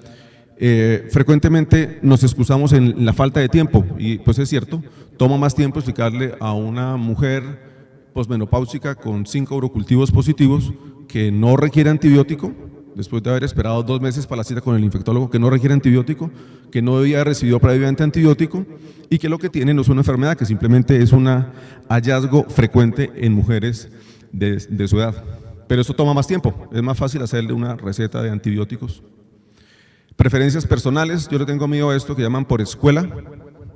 Por escuela a veces nos excusamos en que así lo vimos hacer, en que así lo hacían los profes. Frecuentemente excusamos errores con esa frase. Presión de la industria farmacéutica, no siempre lo más nuevo es mejor. ¿Cuáles son los errores más frecuentes que cometemos cuando formulamos antibióticos? Pues formular para un paciente que tiene un SIRS pero que no tiene infección, que el espectro empírico sea inadecuado. Generalmente usamos efectos muy amplios para enfermedades que no lo requieren, dosis inadecuadas, combinaciones redundantes, dejarle piperacina, tazobactam más metronidazol a una infección intraabdominal, sabiendo que piperacina tiene un muy buen espectro contra anaerobios, no tiene sentido que tenga metronidazol, por dar un ejemplo. No concordancia con el antibiograma. Tenemos cada vez más tecnología, tenemos biología molecular, antibiogramas que los tengo en 48, 72 horas, pero frecuentemente el estudio llega y si el paciente va bien, entonces mantenemos el antibiótico porque pues va bien, y si el paciente va mal, entonces le echamos la culpa al antibiótico porque va mal si el antibiograma muestra que es sensible. Pues posiblemente lo que falta es drenar el foco infeccioso para controlar la infección que no viene mejorando y no es problema del antibiótico. Alto riesgo de toxicidad, otra causa de errores frecuentes, que esté contraindicado. Duración inadecuada, tendemos a dar tratamientos más prolongados de lo que la evidencia muestra que debemos hacer. Ruta inadecuada, para muchas infecciones tenemos antibióticos orales que pueden ser una muy buena opción. Y finalmente tenemos siempre antibióticos que pueden ser mejor costo efectivos uno que otro. Y el otro punto es daño colateral. El daño colateral hace referencia a ese efecto ecológico que tienen los antibióticos siempre que los formulamos, de seleccionar flora resistente. Está un poco densa esta diapositiva, pero es la manera como funciona el PROA de Foscal. Ingresa un paciente, se hace una formulación de antibiótico, el programa lo detecta 24 o 48 horas después de haberlo formulado. Nosotros utilizamos la auditoría postformulación, o sea, lo que hacemos es vigilar las formulaciones, no restringirlas. Posteriormente, habiendo vigilado que se empezó, entonces quienes estamos encargados del PROA revisamos la historia clínica, los hallazgos de laboratorio del paciente y de ahí pueden salir dos opciones. Una, que pensamos que es adecuado el tratamiento que recibe el paciente y ahí termina la intervención. O la otra, que creemos que por alguna de estas causas la prescripción es inadecuada, ya la nombré anteriormente. En ese caso sí hacemos una nota en la historia clínica, generalmente llamamos al médico tratante para ponernos de acuerdo de que esa nota PROA me la están entendiendo y que el cambio que estoy proponiendo se va a hacer. Algo que también hacemos en PROA es que hacemos seguimiento. A veces cuando uno lo mira por primera vez al paciente, cuando tiene solo 48 horas de haber empezado el tratamiento, el reporte de cultivos aún no lo tengo, entonces el seguimiento 1 o 2 días después es muy importante, porque en un principio puede que el antibiótico lo creamos adecuado, pero si ya tengo reporte de cultivos y el médico tratante no ha tomado ninguna decisión que podía tomar con base en ese cultivo, pues PROA también puede intervenir en ese momento. Si hacemos una nota PROA, la nota puede hacer referencia, o sea que creemos que el antibiótico es inadecuado, puede hacer referencia a continuar la terapia, pero con algún ajuste en la dosis, suspendiendo algunos de los 2 medicamentos que tiene, por ejemplo. Desescalarlo, ya vamos a hablar un poco más en profundidad de esto. A veces nos toca escalarnos, el antibiograma muestra que es un germen resistente, o suspender el antibiótico porque cumplió un tiempo suficiente o porque creemos que el paciente no tiene infección. Voy a usar este caso clínico para desarrollar el resto de la charla. Paciente de 65 años, diabético, hipertenso, con hipertrofia prostática en tratamiento médico, antecedentes de bacteriuria sintomática por E. coli BLE negativo, sensible, diagnosticado en un programa de herido cardiovascular, tratada con ciprofloxacina por 7 días. De esto ya el doctor Gómez hizo referencia, lo frecuente que diagnosticamos bacteriuria sintomática y la tratamos posiblemente sin ninguna indicación. Consulta al servicio de urgencias por 4 días de fiebre, dolor lumbar izquierdo, náuseas, vómito, retención urinaria, sospecha en pielonefritis. Durante la observación de urgencias desarrolla choque séptico, pasan una sonda vesical, cultivan y inician meropenem y lo trasladan a la unidad de cuidado intensivo. A las 18 horas los 2 hemocultivos periféricos pitan para bacilos gram negativos. Tenemos tecnología de FINARRAY, PCR múltiple, detecta una E. coli y me dicen que tiene este gen detectado en la biología molecular. En ese momento van 24 horas de reanimación con líquido, ya lleva 3 dosis de meropenem, el paciente está estable, sin vasopresor, que lo requirió al principio, estaba febril, la ecografía no muestra ningún dato de obstrucción ni absceso. Entonces la pregunta es, ¿qué haríamos en ese momento? Y con base en eso lo voy a desarrollar. Entonces empiezo con la primera parte. PROA hace parte desde definir qué pacientes requieren manejo antibiótico y quién no. Entonces, bacteriuria sintomática es un buen ejemplo de los pacientes que no requieren manejo antibiótico. La bacteriuria sintomática es un evento que es muy frecuente en la población general. Esto es tomado de las guías CITSA 2019. En mujeres posmenopáusicas hasta el 9%. Tienen bacteriuria sintomática, embarazadas hasta el 10%, en pacientes con diabetes, como el que estamos tratando en el caso clínico, en hombres hasta el 11%, mujeres hasta el 16% pueden tener bacteriuria asintomática, en ancianos hasta el 20% pueden tener bacteriuria asintomática, pero si viven en un hogar geriátrico, la mitad de ellos pueden tener bacteriuria asintomática. Si tienen catéteres, 3% por día, es decir, que todos los que lo tienen durante más de un mes, todos tienen bacteriuria sintomática. O sea, es un hallazgo muy frecuente en los pacientes que atendemos. Desde hace rato, y las guías actualizadas lo siguen resaltando, que solamente tenemos 2 indicaciones de tamizar y tratar: mujeres embarazadas y pacientes que van a un procedimiento endourológico. Y aquí están escritos cuáles son aquellos de alto riesgo en los cuales se requiere tamizar y tratar, y algunos de bajo riesgo donde es posible que el antibiótico no sea lo suficientemente necesario. Pero digamos que en esos 2 grupos de pacientes está indicado tamizar y tratar bacteriuria asintomática para prevenir urosepsis posteriormente al procedimiento urológico. Estas guías lo que tienen es un listado grande de cuándo no hacerlo, y resalto aquí algunas: en mujeres no embarazadas, en ancianos con deterioro de la funcionalidad, residentes de hogares geriátricos, diabéticos. Si de algo hay cortes largas es de diabéticos que muestran que la bacteriuria sintomática no aumenta el riesgo de falla renal ni de pielonefritis, y por eso en diabéticos ni tamizamos ni tratamos bacteriuria sintomática. En cirugía no urológica, en trasplante renal después del primer mes no tienen ninguna necesidad de tamizarlo, en trasplante de órgano sólido, en neutropénicos. Somos un centro de referencia de hematoncología, entonces neutropénicos son muchos, solamente hacemos urocultivos si el paciente tiene clínica de infección urinaria, es una complicación muy poco frecuente en estos pacientes. No tamizar tampoco en pacientes con sonda uretral, ni tampoco antes de retirar una sonda, no es necesario hacerlo. Continúo con el caso clínico. Entonces, este paciente con ese antecedente de una bacteriuria asintomática tratada sin ninguna necesidad consulta un mes después por la clínica que pensamos que es una pielonefritis, y los médicos de urgencias deciden colocarle meropenem en esa dosificación y lo trasladan a UCI. Entonces la pregunta en este punto sería, ¿cómo escoger ese antibiótico empírico en un paciente con urosepsis? Hay que conocer la epidemiología de su clínica. Esos son datos de Foscal 2023, los últimos que tenemos consolidados. Poco más de 1000 aislamientos de urocultivos de urgencias. Lo esperable, lo más frecuente: E. coli, Klebsiella, Proteus, Pseudomonas. A veces cambia, también Enterococo a veces entra aquí como el quinto germen, pero generalmente son los mismos. Y aquí está el perfil de sensibilidad de esas E. colis, bastante sensibles, en su totalidad sensibles a carbapenemes. La Klebsiella un poco menos sensible. Antibióticos como ceftriaxona, que lo usamos muy frecuentemente en pielonefritis, entonces E. coli 78, 72, este es un error, aquí es no dato. De carbapenemes, repito, la sensibilidad pues es mucho mayor, pero antibióticos que a veces usamos empíricamente, como ciprofloxacina, sensibilidad solamente del 56%, trimethoprim solo 57%. Entonces, con base en estos datos, uno debe calcular cuál es la probabilidad de que si yo empiezo un antibiótico, le pegue al germen que probablemente tiene el paciente.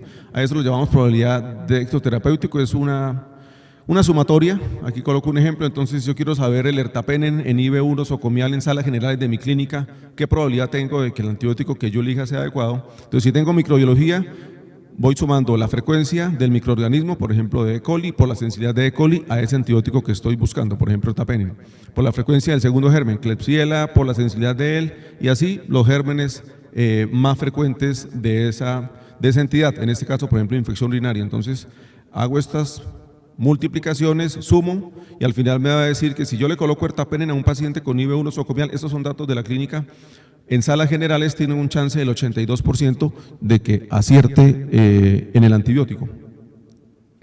Entonces, con base en eso, nosotros, teniendo datos de IBU, tanto de la comunidad como nosocomial, calculamos la probabilidad de éxito y pues lo esperable con base en el cuadro que le mostré antes. Carbapenem es la posibilidad más alta. Fosfomicina podría ser una opción, pero lo usamos solamente para infección de vías urinarias bajas en la presentación oral. La endovenosa en dosis altas tendría utilidad también en IBU alta. Nitrofurantoína solamente en cistitis. Esos datos son los que utilizamos para tomar la decisión de con qué antibiótico vamos a empezar. Estas son una copia de las guías que tenemos en la clínica, entonces yo voy a recomendar el antibiótico basado en el diagnóstico y en algunos factores de riesgo. Para el caso de nuestro paciente, caería acá, que tenía una IBU y la colocamos asociada al cuidado de la salud porque recibió antibiótico en el mes antes que ingrese. Entonces tiene un riesgo mucho más alto de tener enterobacterias resistentes por mecanismo BLE, que es lo más frecuente, y tenemos ertapenem como la primera opción. Dejamos aquí solamente que en pacientes en choque séptico, donde equivocarme en el antibiótico puede ser grave, a pesar de que, como vieron, el riesgo de pseudomonas es como de un 3-4%, es muy bajito. Pero el paciente está en choque séptico, no me quiero equivocar, entonces en esos casos posiblemente meropenem sí sea una opción. En el resto de casos, si el paciente no está en sepsis, ertapenem sería una opción suficiente. Entonces sigo con el caso. Le empezaron meropenem y rápidamente tenemos hemocultivos positivos para una E. coli que detecta este gen. Está reanimado y el paciente ya va mucho mejor, ya no tiene vasopresor. Ya lleva 24 horas de manejo antibiótico efectivo. Entonces la pregunta es, ¿qué podríamos hacer con respecto al manejo antibiótico? Y aquí me detengo. Esta tecnología la tenemos en la mayoría de clínicas de la ciudad, que es PCR múltiple, FILARRAY. Entonces toca habituarnos a qué significa cada uno de estos reportes que me dan a mí en el FILARRAY. El FILARRAY me detecta unos genes de resistencia, me detecta 10 genes de resistencia, de esos 6 son genes de beta-lactamasas. Y me detecta 9 cocos gram positivos, 14 bacilos gram negativos, 6 especies de cándida, criptococcus neoformans. Es una plataforma muy amplia. Entonces, cuando me llega ese reporte y me reportan que detectaron ese gen, como biología molecular lo que detecta son genes, detecta este gen ZXM, que es el caso que estamos analizando, pues me toca saber de qué me están hablando cuando me reportan estos genes. Este artículo es un artículo de revisión muy bueno de Karen Bush, de beta-lactamasas, que es el mecanismo de resistencia más importante en gram negativos. Y los genes son los que detecta el FILARRAY. Entonces, cuando me reportan alguno de ellos, debo saber de qué me están hablando. Las beta-lactamasas se dividen en dos grupos, unas tipo serina, otras metano-beta-lactamasas. Entonces, cuando me reportan alguna de estas, que todas las detecta el FILARRAY, IMP, BIM, NDM, esos son metalocarbapenemasas. En este caso me detectaron una ZXM, esa es una beta-lactamasa de espectro extendido, esta es la sigla en inglés. Entonces me están diciendo que es una E. coli con una BLE, eso es todo lo que me está diciendo el FILARRAY que me reportaron. Detecta muchas más cosas, muchos más genes de resistencia el FILARRAY. 48 horas después yo voy a tener el urocultivo y ese es el urocultivo que mostraba este FILARRAY. Entonces efectivamente es una E. coli, BLE positivo, Resistente a cipro, pues recibió cipro previamente, es lo esperable que si en algún momento fue sensible, ahora sea resistente. Es un germen BLE y aparece sensible a ampicilina, sulbactam y a piperazida azabactam, que es muy frecuente. Si el mecanismo solamente es BLE, es esperable que eso sea. Las BLE son inhibidas por estos inhibidores. No obstante, me adelanto, para el tratamiento sabemos que hay suficientes datos que en los casos de bacteremia o infecciones severas con sepsis por gérmenes BLE, a pesar de que el antibiograma me muestre sensibilidad a ampicilbactam o a piperazida azabactam, el antibiótico de elección no debería ser alguno de ellos dos. Debería ser un carbapenem o un antibiótico con otro mecanismo si fuera sensible, como por ejemplo ciprofloxacina. Repito, en pacientes con infección grave, como en el caso de bacteremia, infección de vías urinarias complicadas. Entonces, en este paciente lo que estamos pensando es en desescalar. ¿Qué es desescalar? Desescalar es disminuir el espectro del antibiótico que estoy utilizando. Esa es una de las definiciones. Y la otra es que si estoy utilizando más de un antibiótico, suspender uno de los dos. Bien sea porque lo empecé en forma empírica, a veces arrancamos meropenem, vancomicina para pasarlo a la UCI y lo hemocultivan. Bacilo gram negativos a las 12 horas, pues suspenda esa vancomicina que inicialmente colocó, si era que la creía que estaba indicada, ya para ese momento pues no lo está. O está recibiendo dos antibióticos pensando en sinergia. La sinergia con un desenlace clínico importante, mortalidad, estancia hospitalaria, es relativamente rara. O sea, la mayoría de combinación de antibióticos son redundantes. La sinergia, dos ejemplos, endocarditis por enterococo, sí, cierto. Hay que tratarlo con dos antibióticos. Infecciones por gérmenes con metalocarbapenemasas y KPC, sí, toca colocarles ceftibactam con astreonam. Pero son muy poquitos los ejemplos en los cuales esa sinergia in vitro tiene algún desenlace clínico. La mayoría, repito, de combinaciones de antibióticos son redundantes.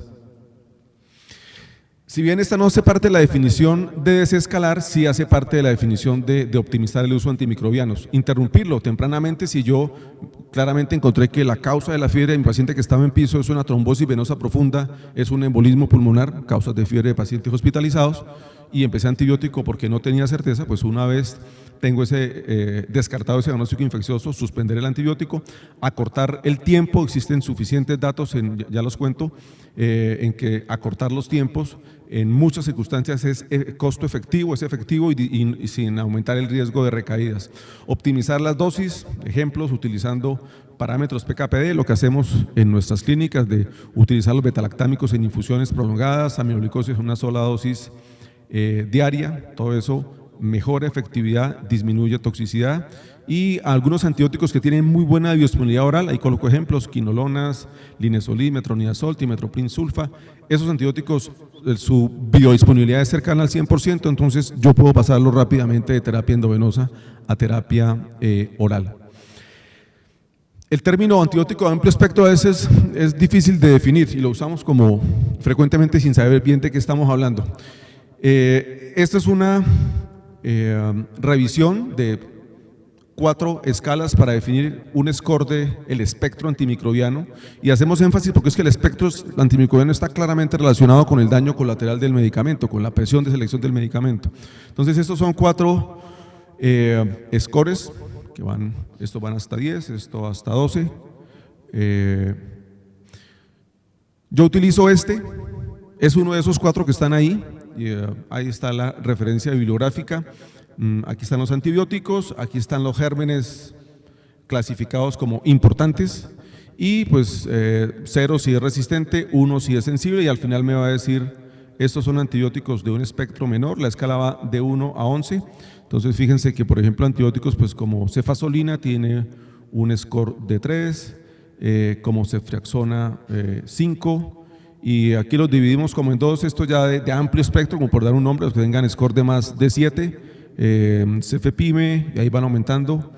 Los carbapenemes son los de más amplio espectro. Fíjense que ceftazimib y bactam, a pesar de ser nuestro antibiótico de última línea para gérmenes gram negativos multirogoresistentes, realmente su espectro es menor que el de los carbapenemes. No cubre anaerobios, no cubre gram positivos, pero sí cubre a la Klebsiella KPC, que repito es un germen muy importante en infecciones nosocomiales. Entonces, lo que intentamos siempre es que si yo arranqué con alguno de esos antibióticos de amplio espectro, es cambiarlo por uno de menor espectro. A eso es lo que llamamos desescalar. Y datos que muestren que eso sea efectivo y seguro. Hay había muchos datos realmente de estudios más descriptivos, estudios de cohorte. Este es un ensayo y lo traje porque va muy bien con el caso que estamos hablando. Nuestro paciente, recuerde que tiene una bacteremia por E. coli, en la cual se arrancó con un antiseudomónico, arrancaron con meropenem, pero rápidamente a las 24 horas yo identifiqué que lo que tengo es una enterobacteria. Entonces este es un ensayo, 344 pacientes con bacteremia por enterobacterias, en la cual arrancaron con un carbapenem, arrancaron con un antiseudomónico, cualquiera de estos, y con el resultado del cultivo en los primeros 2 a 3 días terminaron desescalándose algunos de estos antibióticos. De hecho están colocados ahí en orden de cómo uno debería leerlos. En la guía nuestra, que no me detuve ahí porque es densa, pero también tenemos un listado de cómo se desescala uno, o sea que debería uno mirar en el antibiograma para decir a esa enterobacteria con qué antibiótico empieza. Entonces en infección urinaria, ampicilina, trimethoprim sulfa tiene sentido y voy ahí aumentando hasta que al final llego a ertapenem. Pero cambiarme de meropenem a ertapenem por supuesto que es desescalar. Entonces en ese ensayo los grupos comparables, la fuente más frecuente de bacteremia en esa cohorte, en ese estudio español, la fuente más frecuente de bacteremia era infección biliar y urinaria, eran las dos más frecuentes. Generalmente en la mayoría de estudios de bacteriemia las causas más frecuentes son esas, urinaria y biliar, porque son dos infecciones frecuentemente bacteriémicas. Uno tiene otro tipo de infecciones graves como infección intraabdominal, neumonía, donde la frecuencia de bacteremia es mucho menor, entonces el manejo empírico y desescalarse a veces se dificulta. Pero en estas que cursan con bacteremia, pues yo estoy muy seguro de que lo que estoy tratando, el germen aislado en la sangre, pues es el germen que está produciendo esta infección. Gérmenes más frecuentes, lo esperable, E. coli, Klebsiella, otros gram negativos. Y el desenlace final, que era mirar si había alguna diferencia en cura clínica, pues ninguna diferencia, 90-89% en el grupo que se desescalaban versus en el grupo que continuaban con el antiseudomónico que habían iniciado previamente. Entonces, evidencia a favor de que desescalar es seguro y efectivo. Ertapenem es un antibiótico que quienes trabajan, sobre todo en cuidado intensivo, dudan a veces de si es un antibiótico útil para tratar pacientes críticos. Hay muchos datos a favor de que sí. Desafortunadamente los antibióticos, cuando ya llevan 20 años de haberse salido al mercado, entonces hay poca estímulo para investigar y ensayos clínicos no aparecen con los cuales el antibiótico se aprobó, que generalmente fue infección de vías urinarias, neumonía, tejidos blandos, y todo el resto termina siendo evidencia no de ensayo clínico. Hacer un ensayo clínico es muy costoso. Entonces el fabricante, ya después de haberlo sacado al mercado y haber recuperado la inversión, a nadie le interesa montar un ensayo clínico. Entonces mucha de la evidencia que aparece posteriormente no es de ensayo. Eso se parte como de la tiranía de la medicina basada en la evidencia. Siempre queremos ensayo clínico para tomar decisiones, pero frecuentemente no tenemos. Entonces, de ertapenem, ¿qué tenemos? Este estudio, que también digo se parece como para contestar la pregunta del paciente que estamos hablando, es un estudio de una cohorte retrospectiva, son 7 años, de pacientes bacteriémicos por E. coli, Klebsiella, que hubieran recibido ertapenem o algunos de los otros carbapenemes, en nuestro medio pues usamos mucho más meropenem, y mirar el desenlace de ellos, si fue que arrancaron con ertapenem versus meropenem. El desenlace era mortalidad a 30 días, como es una cohorte, entonces los aparearon por score de propensión, es una metodología ahí que intenta simular un ensayo clínico sobre una gran cohorte que tienen, y ya miraremos que los grupos pues son bastante comparables, que es en última lo que esa metodología busca. Y otros desenlaces secundarios, pues infección por Clostridium o la emergencia de bacilos gram negativos en los 3 meses posteriores. Paso más rápido. Esta es la cohorte ya apareada. Entonces lo que ustedes ven es que en el grupo de ertapenem y en el grupo de meropenem, podríamos llamar es el de otros carbapenemes, 162 a cada lado, las variables son importantes, son muy parecidas, o sea, comorbilidades, el índice de Charlson, la fuente de la infección, la severidad de la sepsis, ambos grupos están muy bien balanceados. Entonces, esto en últimas, el resultado pues es una metodología para tratar de hacer algo muy similar, un cuasi experimento, a un ensayo clínico y poder tener datos a partir de una cohorte, pero que nos contesten esa pregunta. Si yo arranqué ertapenem versus meropenem, me podría haber ido igual, a pesar de que los pacientes estuvieran críticos, porque, por ejemplo, como les digo, la sepsis en la mitad de los pacientes a uno y otro lado estaban con criterios de sepsis severa, como lo colocan ahí, o en choque séptico, en uno y otro lado. Y los datos de ese estudio es que el desenlace de mortalidad a 30 días a uno y otro lado fue muy similar. De hecho, les dio un poco menor la mortalidad en el grupo de ertapenem que en el de meropenem, sin significancia estadística. O sea, en este caso, tratarlo con uno u otro antibiótico en el desenlace duro de mortalidad a los 30 días es exactamente igual.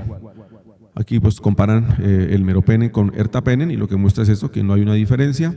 El HR es de 0,31 a 1,1, comparando uno y otro antibiótico. Entonces sí, es efectivo y es seguro tratar con ertapenem cuando lo que yo tengo es una sepsis, incluido choque séptico, bacteriemia, IBU, infección originada en una colangitis, cuando el germen es una enterobacteria B positiva.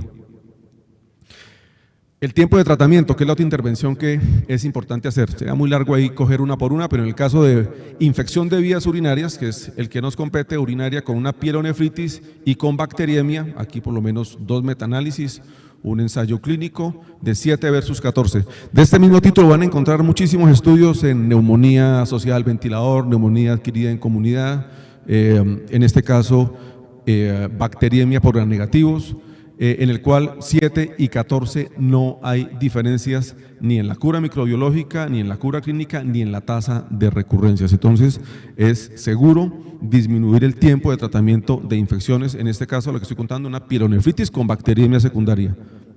7 versus 14 es exactamente igual. Les traje esta guía que me pareció, está muy bien revisada, son 120 referencias contestando esa pregunta, ¿cuánto tiempo debería uno tratar una infección? Me pareció un buen documento muy bien revisado de la Asociación de Enfermedades Infecciosas de Canadá y como ven en las tablas de cuánto tiempo trata una infección, en su mayoría los números están alrededor de 7 días, casi todos son 7 días.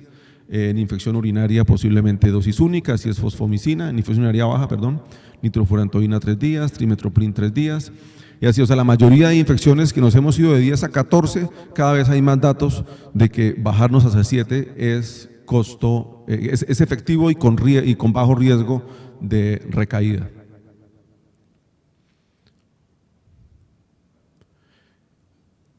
Y esa es la manera, si hay evidencia que muestre que disminuye el daño colateral el desescalar. Entonces, pues, habían datos que mostraban que entre el consumo de antibióticos de amplio espectro estaba asociado con mayor generación de resistencia, pero que si la intervención de desescalar tiene algún efecto sobre la resistencia, eran pocos datos.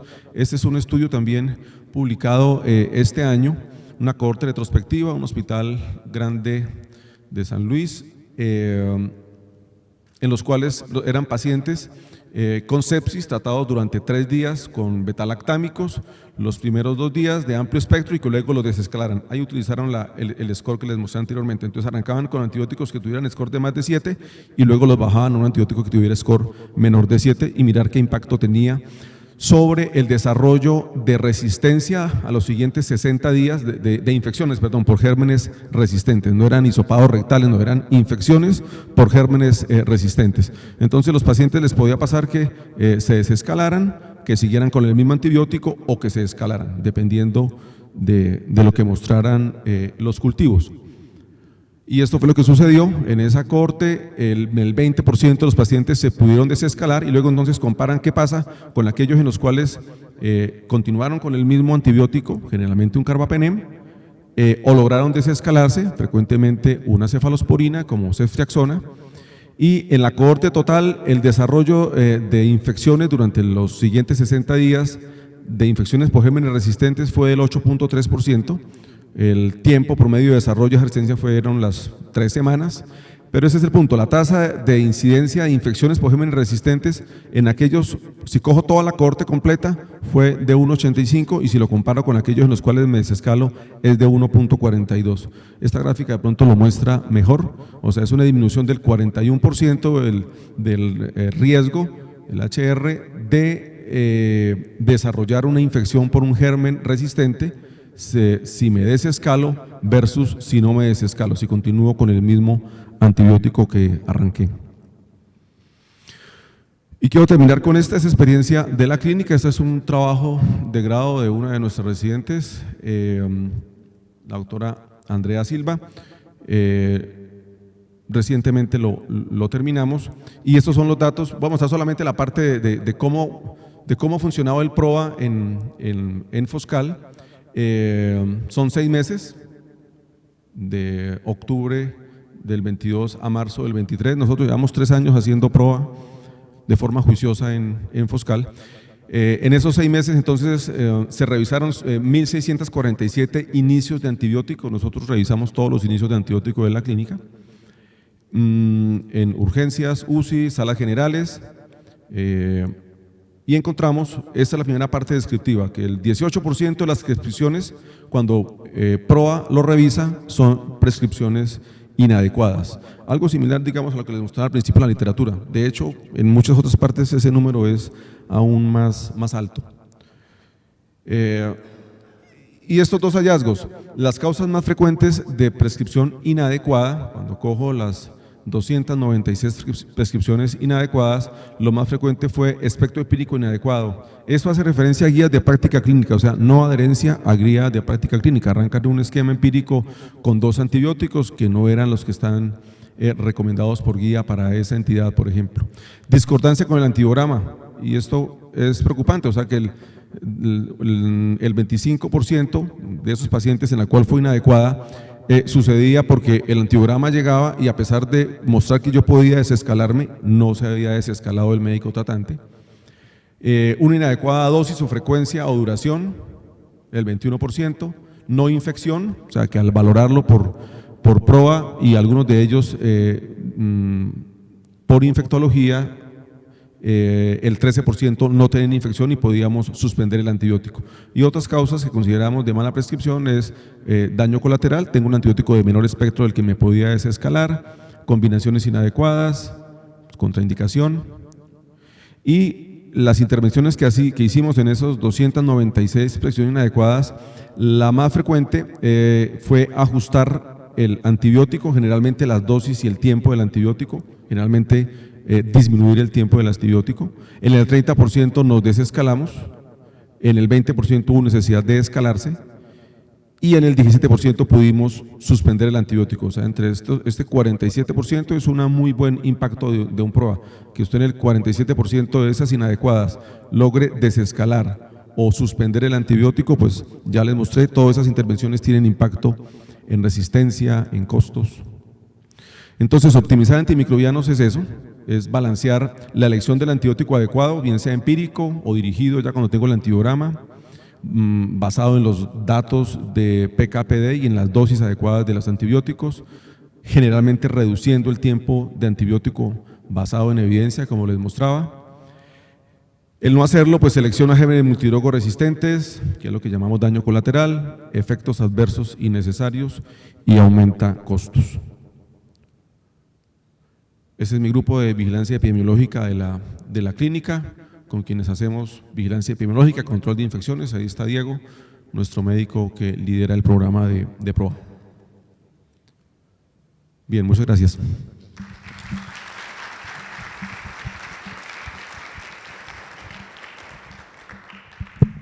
Muchas gracias, doctor Bernal, y una oportunidad para agradecer su cortesía en aceptar las invitaciones de la ACNI, tanto en San Gil como acá en este evento en Bucaramanga.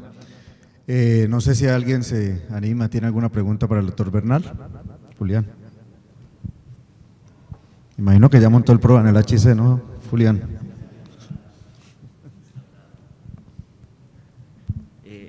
Doctor Bernal, tenía una pregunta en cuanto a la discrepancia entre pruebas moleculares y fenotípicas. ¿Qué se haría en ese caso? Son como 2 escenarios. Una es cuando tengo la prueba molecular, que frecuentemente la tengo pues antes de tener el cultivo. Entonces, por ejemplo, en esa, que digo yo, a las 24 horas los hemocultivos fueron positivos, le hago el FILARRAI y me dice, eso es una E. coli ble positivo. Entonces yo con eso, uno se pregunta, ¿puedo tomar decisión con eso? O puedo decir, ¿qué tal que tenga otro mecanismo de resistencia y de pronto yo desescalarme, en este caso, a ertapenem no sea adecuado? O por ejemplo, que hubiera sido una E. coli sin genes de resistencia y yo decir, desescalarme a ceftriaxona en este momento, ¿será adecuado? O podrá haber algún otro mecanismo que el FILARRAI no me lo esté detectando. Y eso va a depender por lo que usted está preguntando, de si después cuando me aparece el antibiograma, yo voy a decir, oiga, mire, esto no lo detectó y resulta que sí era resistencia. Esa discordancia en multirogo resistencia, desafortunadamente cada vez la vemos más. O sea, en un paciente que tiene todos los factores de riesgo para tener un germen multirogo resistente, el paciente hospitalizado en cuidado intensivo y que ha recibido 3 ciclos de antibiótico, es posible. Estos datos no los tengo y realmente es un dato bonito de explorar. De esos pacientes, ¿qué tan frecuente es que cuando lo que aparece en el FILARRAI no detecte todo lo que después en el antibiograma va a aparecer? Pero en pacientes como el caso que yo les colocaba, que es un paciente que ha recibido solamente un ciclo de ciprofloxacina, la posibilidad de que tenga otro mecanismo es extremadamente baja. Digamos que en última, la resistencia de mecanismos que no me detecta FILARRAI es, por ejemplo, resistencia a ceftazidima y bactán, por mecanismos no metalo. Entonces es resistente a cefta y bactán y el FILARRAI no me detectó ninguna metalocarbapenemasa, el mecanismo no es ese. Entonces el FILARRAI no lo hubiera detectado y yo hubiera podido decir, muy posiblemente es sensible. Y cuando tengo el antibiograma resulta que es resistente. Pero por ejemplo, esa resistencia a cefta y bactán hoy sigue siendo todavía muy baja. Entonces sabemos cuáles son pacientes de alto riesgo para tener resistencia a ese antibiótico. Generalmente han recibido ciclos repetidos de ese antibiótico. Ese es como un escenario. Y el otro, que me lo imagino que es lo que me pregunta, es cuando ya lo tengo yo, tengo los dos datos, tengo el FILARRAI y tengo el antibiograma, son discordantes, ¿a cuál le creo? Mi recomendación es use el peor escenario. O sea, si le detectó KPC, pero le genera el antibiograma que tiene sensibilidad a meropenem, no lo use. No lo use porque lo que le está diciendo a usted es que ese FILARRAI detectó ese gen y si aquí no lo está expresando, lo puede expresar más adelante. Entonces, equivocarse y sobre todo en paciente crítico, la recomendación que hacemos es esa. Si tiene los dos datos y son discordantes, utilice el peor escenario. ¿Alguien tiene alguna otra pregunta? Doctora Marjorie. Gracias, buenos días. ¿A cuánto tiempo desescalar? ¿Al cuánto tiempo desescalar? Bien, fíjese que en el estudio que les mostré de comparando ertapenem, meropenem, para usar ese ejemplo, lo que muestra es que posiblemente yo podría desescalarme desde un principio, o sea, tan pronto sé que el germen no es una pseudomonas y es un germen, en este caso una enterobacteria ble positiva, yo podría hacerlo desde el principio porque lo que muestra el estudio es que en aquellos pacientes en los que arranqué yo ertapenem, aún críticos, la mitad de ellos estaban en sepsis severa y choque séptico, les va igual en los dos. Ertapenem, digamos que ahí también cada antibiótico tiene como su parte. Ertapenem es un antibiótico que por su farmacocinética lo damos una vez al día, lo formulamos una vez al día, y posiblemente en el escenario de pacientes obesos, yo en la clínica un paciente de más de 85 kilos crítico, que uso ertapenem porque creo que es la mejor opción, siempre lo dejo 2 veces al día. De hecho, hay datos de farmacocinética que muestran que sería más efectivo dejarle 500 cada 12 horas que darle 1 gramo cada 24 horas. Es un betalactámico que es tiempo dependiente y farmacocinéticamente sería mejor utilizarlo en ese paciente obeso y en paciente con hipoalbuminemia. Ese es un paciente que en cuidado crítico son frecuentes, en los cuales también la dosis del ertapenem sea mejor utilizarlo 2 veces al día. Porque la pregunta es esta, que es que cuando desescalo yo, entonces si el antibiótico es efectivo, yo podría desescalar tan pronto tengo el diagnóstico. Generalmente yo el dato lo tengo de antibiograma, lo tengo por rápido 48, 72 horas después. Entonces ese paciente, si está funcionando lo que estoy haciendo, pues ya no está con soporte vasopresor, clínicamente está mejor, pues generalmente este es el momento en el cual desescalamos. Pero más que porque haya evidencia de que si yo me desescalo antes de eso le vaya a ir peor, es porque en la práctica así va a ser. Yo el antibiograma lo voy a tener 48, 72 horas después de haber empezado el de amplio espectro. Bueno, doctor Edgar, vamos a finalizar entonces con su pregunta, este bloque. Sí, Doc, muy orientado en eso, medicina de óptima calidad. Pues, lo hemos hablado, tenemos la percepción de que abusamos del film array y se presenta lo que nos decía el doctor Julián, que uno es de esa disposición. ¿Qué recomendaciones nos dirá usted cuándo utilizar el de sepsis, el hematógeno, el respiratorio y el de gastrointestinal, como para no abusar de ese recurso? Bien, sí. De hecho, ese tema se llama prueba diagnóstico, que es como otro capítulo y de eso hay bastante también literatura. Y es optimizar el uso de las pruebas diagnósticas. Mucho de lo que usted contó ahí es eso, es optimizar que de esas pruebas, además de darme un resultado, realmente impactan en lo que yo voy a hacer. Sí, abusamos mucho de algunas de esas pruebas. De FILARRAY respiratorio, y así lo tenemos escrito en la clínica, ese panel de neumonía lo restringimos para pacientes que usted acaba de intubar. Usted lo acaba de intubar porque tiene una falla respiratoria y cree que tiene una neumonía o tiene una neumonía clínica radiológicamente.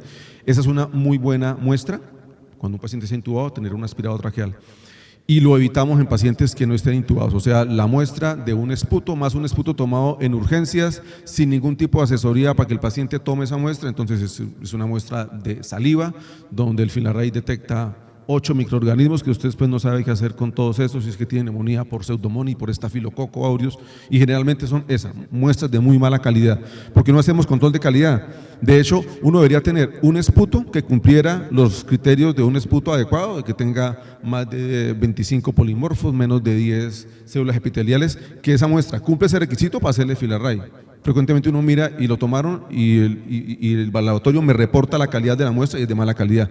Yo a eso no le voy a creer. Entonces, en el respiratorio abusamos, en el panel de neumonía y claramente en el paciente con neumonía grave que está intubado.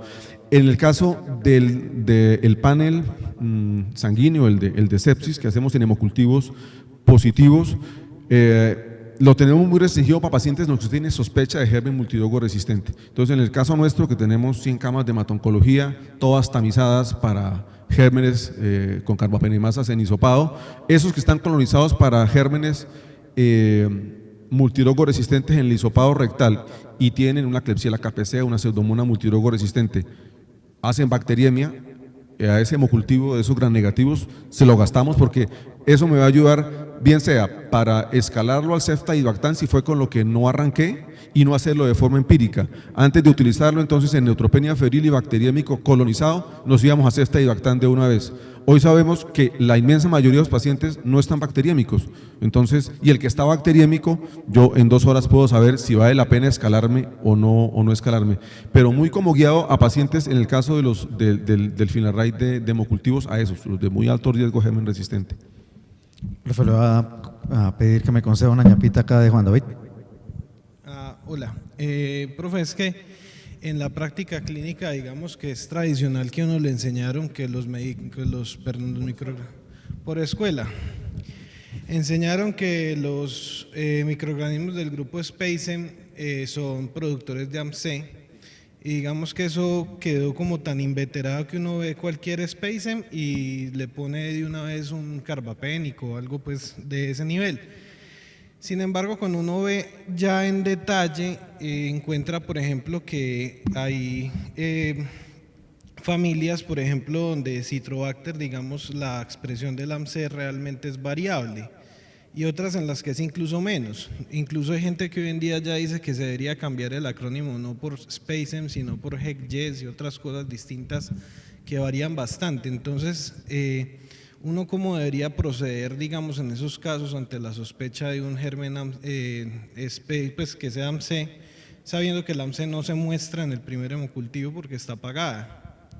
Bien, respuesta corta porque estamos como cogidos de tiempo ya, tarde. De esos gérmenes AMC, sabemos que el que más lo expresa de forma inducible es Enterobacter. Y también es el germen más frecuente que aislamos cuando tiene realmente el paciente una infección severa. Entonces, en Enterobacter sí es claro que usted debería cubrirlo como un germen AMC, es decir, con carbapenén o con un antibiótico no betalactámico como quinolonas o bueno. en Enterobacter. En el resto de gérmenes de ese largo listado que usted dice de AMSA, que es cierto, cada vez ahí lo alargan más, y es porque como es un gen de resistencia cromosomal, o sea, esas bacterias lo tienen cromosomalmente y lo pueden expresar, pero a todo el resto de gérmenes de ese grupo, si en el antibiograma no lo está expresando y es sensible a cefepime, yo los trato con cefepime. Esa es como la diferencia entre el uno y el otro. En Enterobacter sí, siempre un carbapenen, y en el resto cefepime. Bueno, muchas gracias, doctor Bernal. Creo que vamos a finalizar la sesión de preguntas. Les agradezco mucho por su asistencia en el evento. Recuerden que asistir a eventos de educación continua tiene un gran impacto en la medida en que modifiquemos y mejoremos nuestra práctica profesional, así que ese es nuestra principal propósito y recomendación. Muchas gracias a todos y sigan pendientes de los eventos de la ACNI. Hasta luego.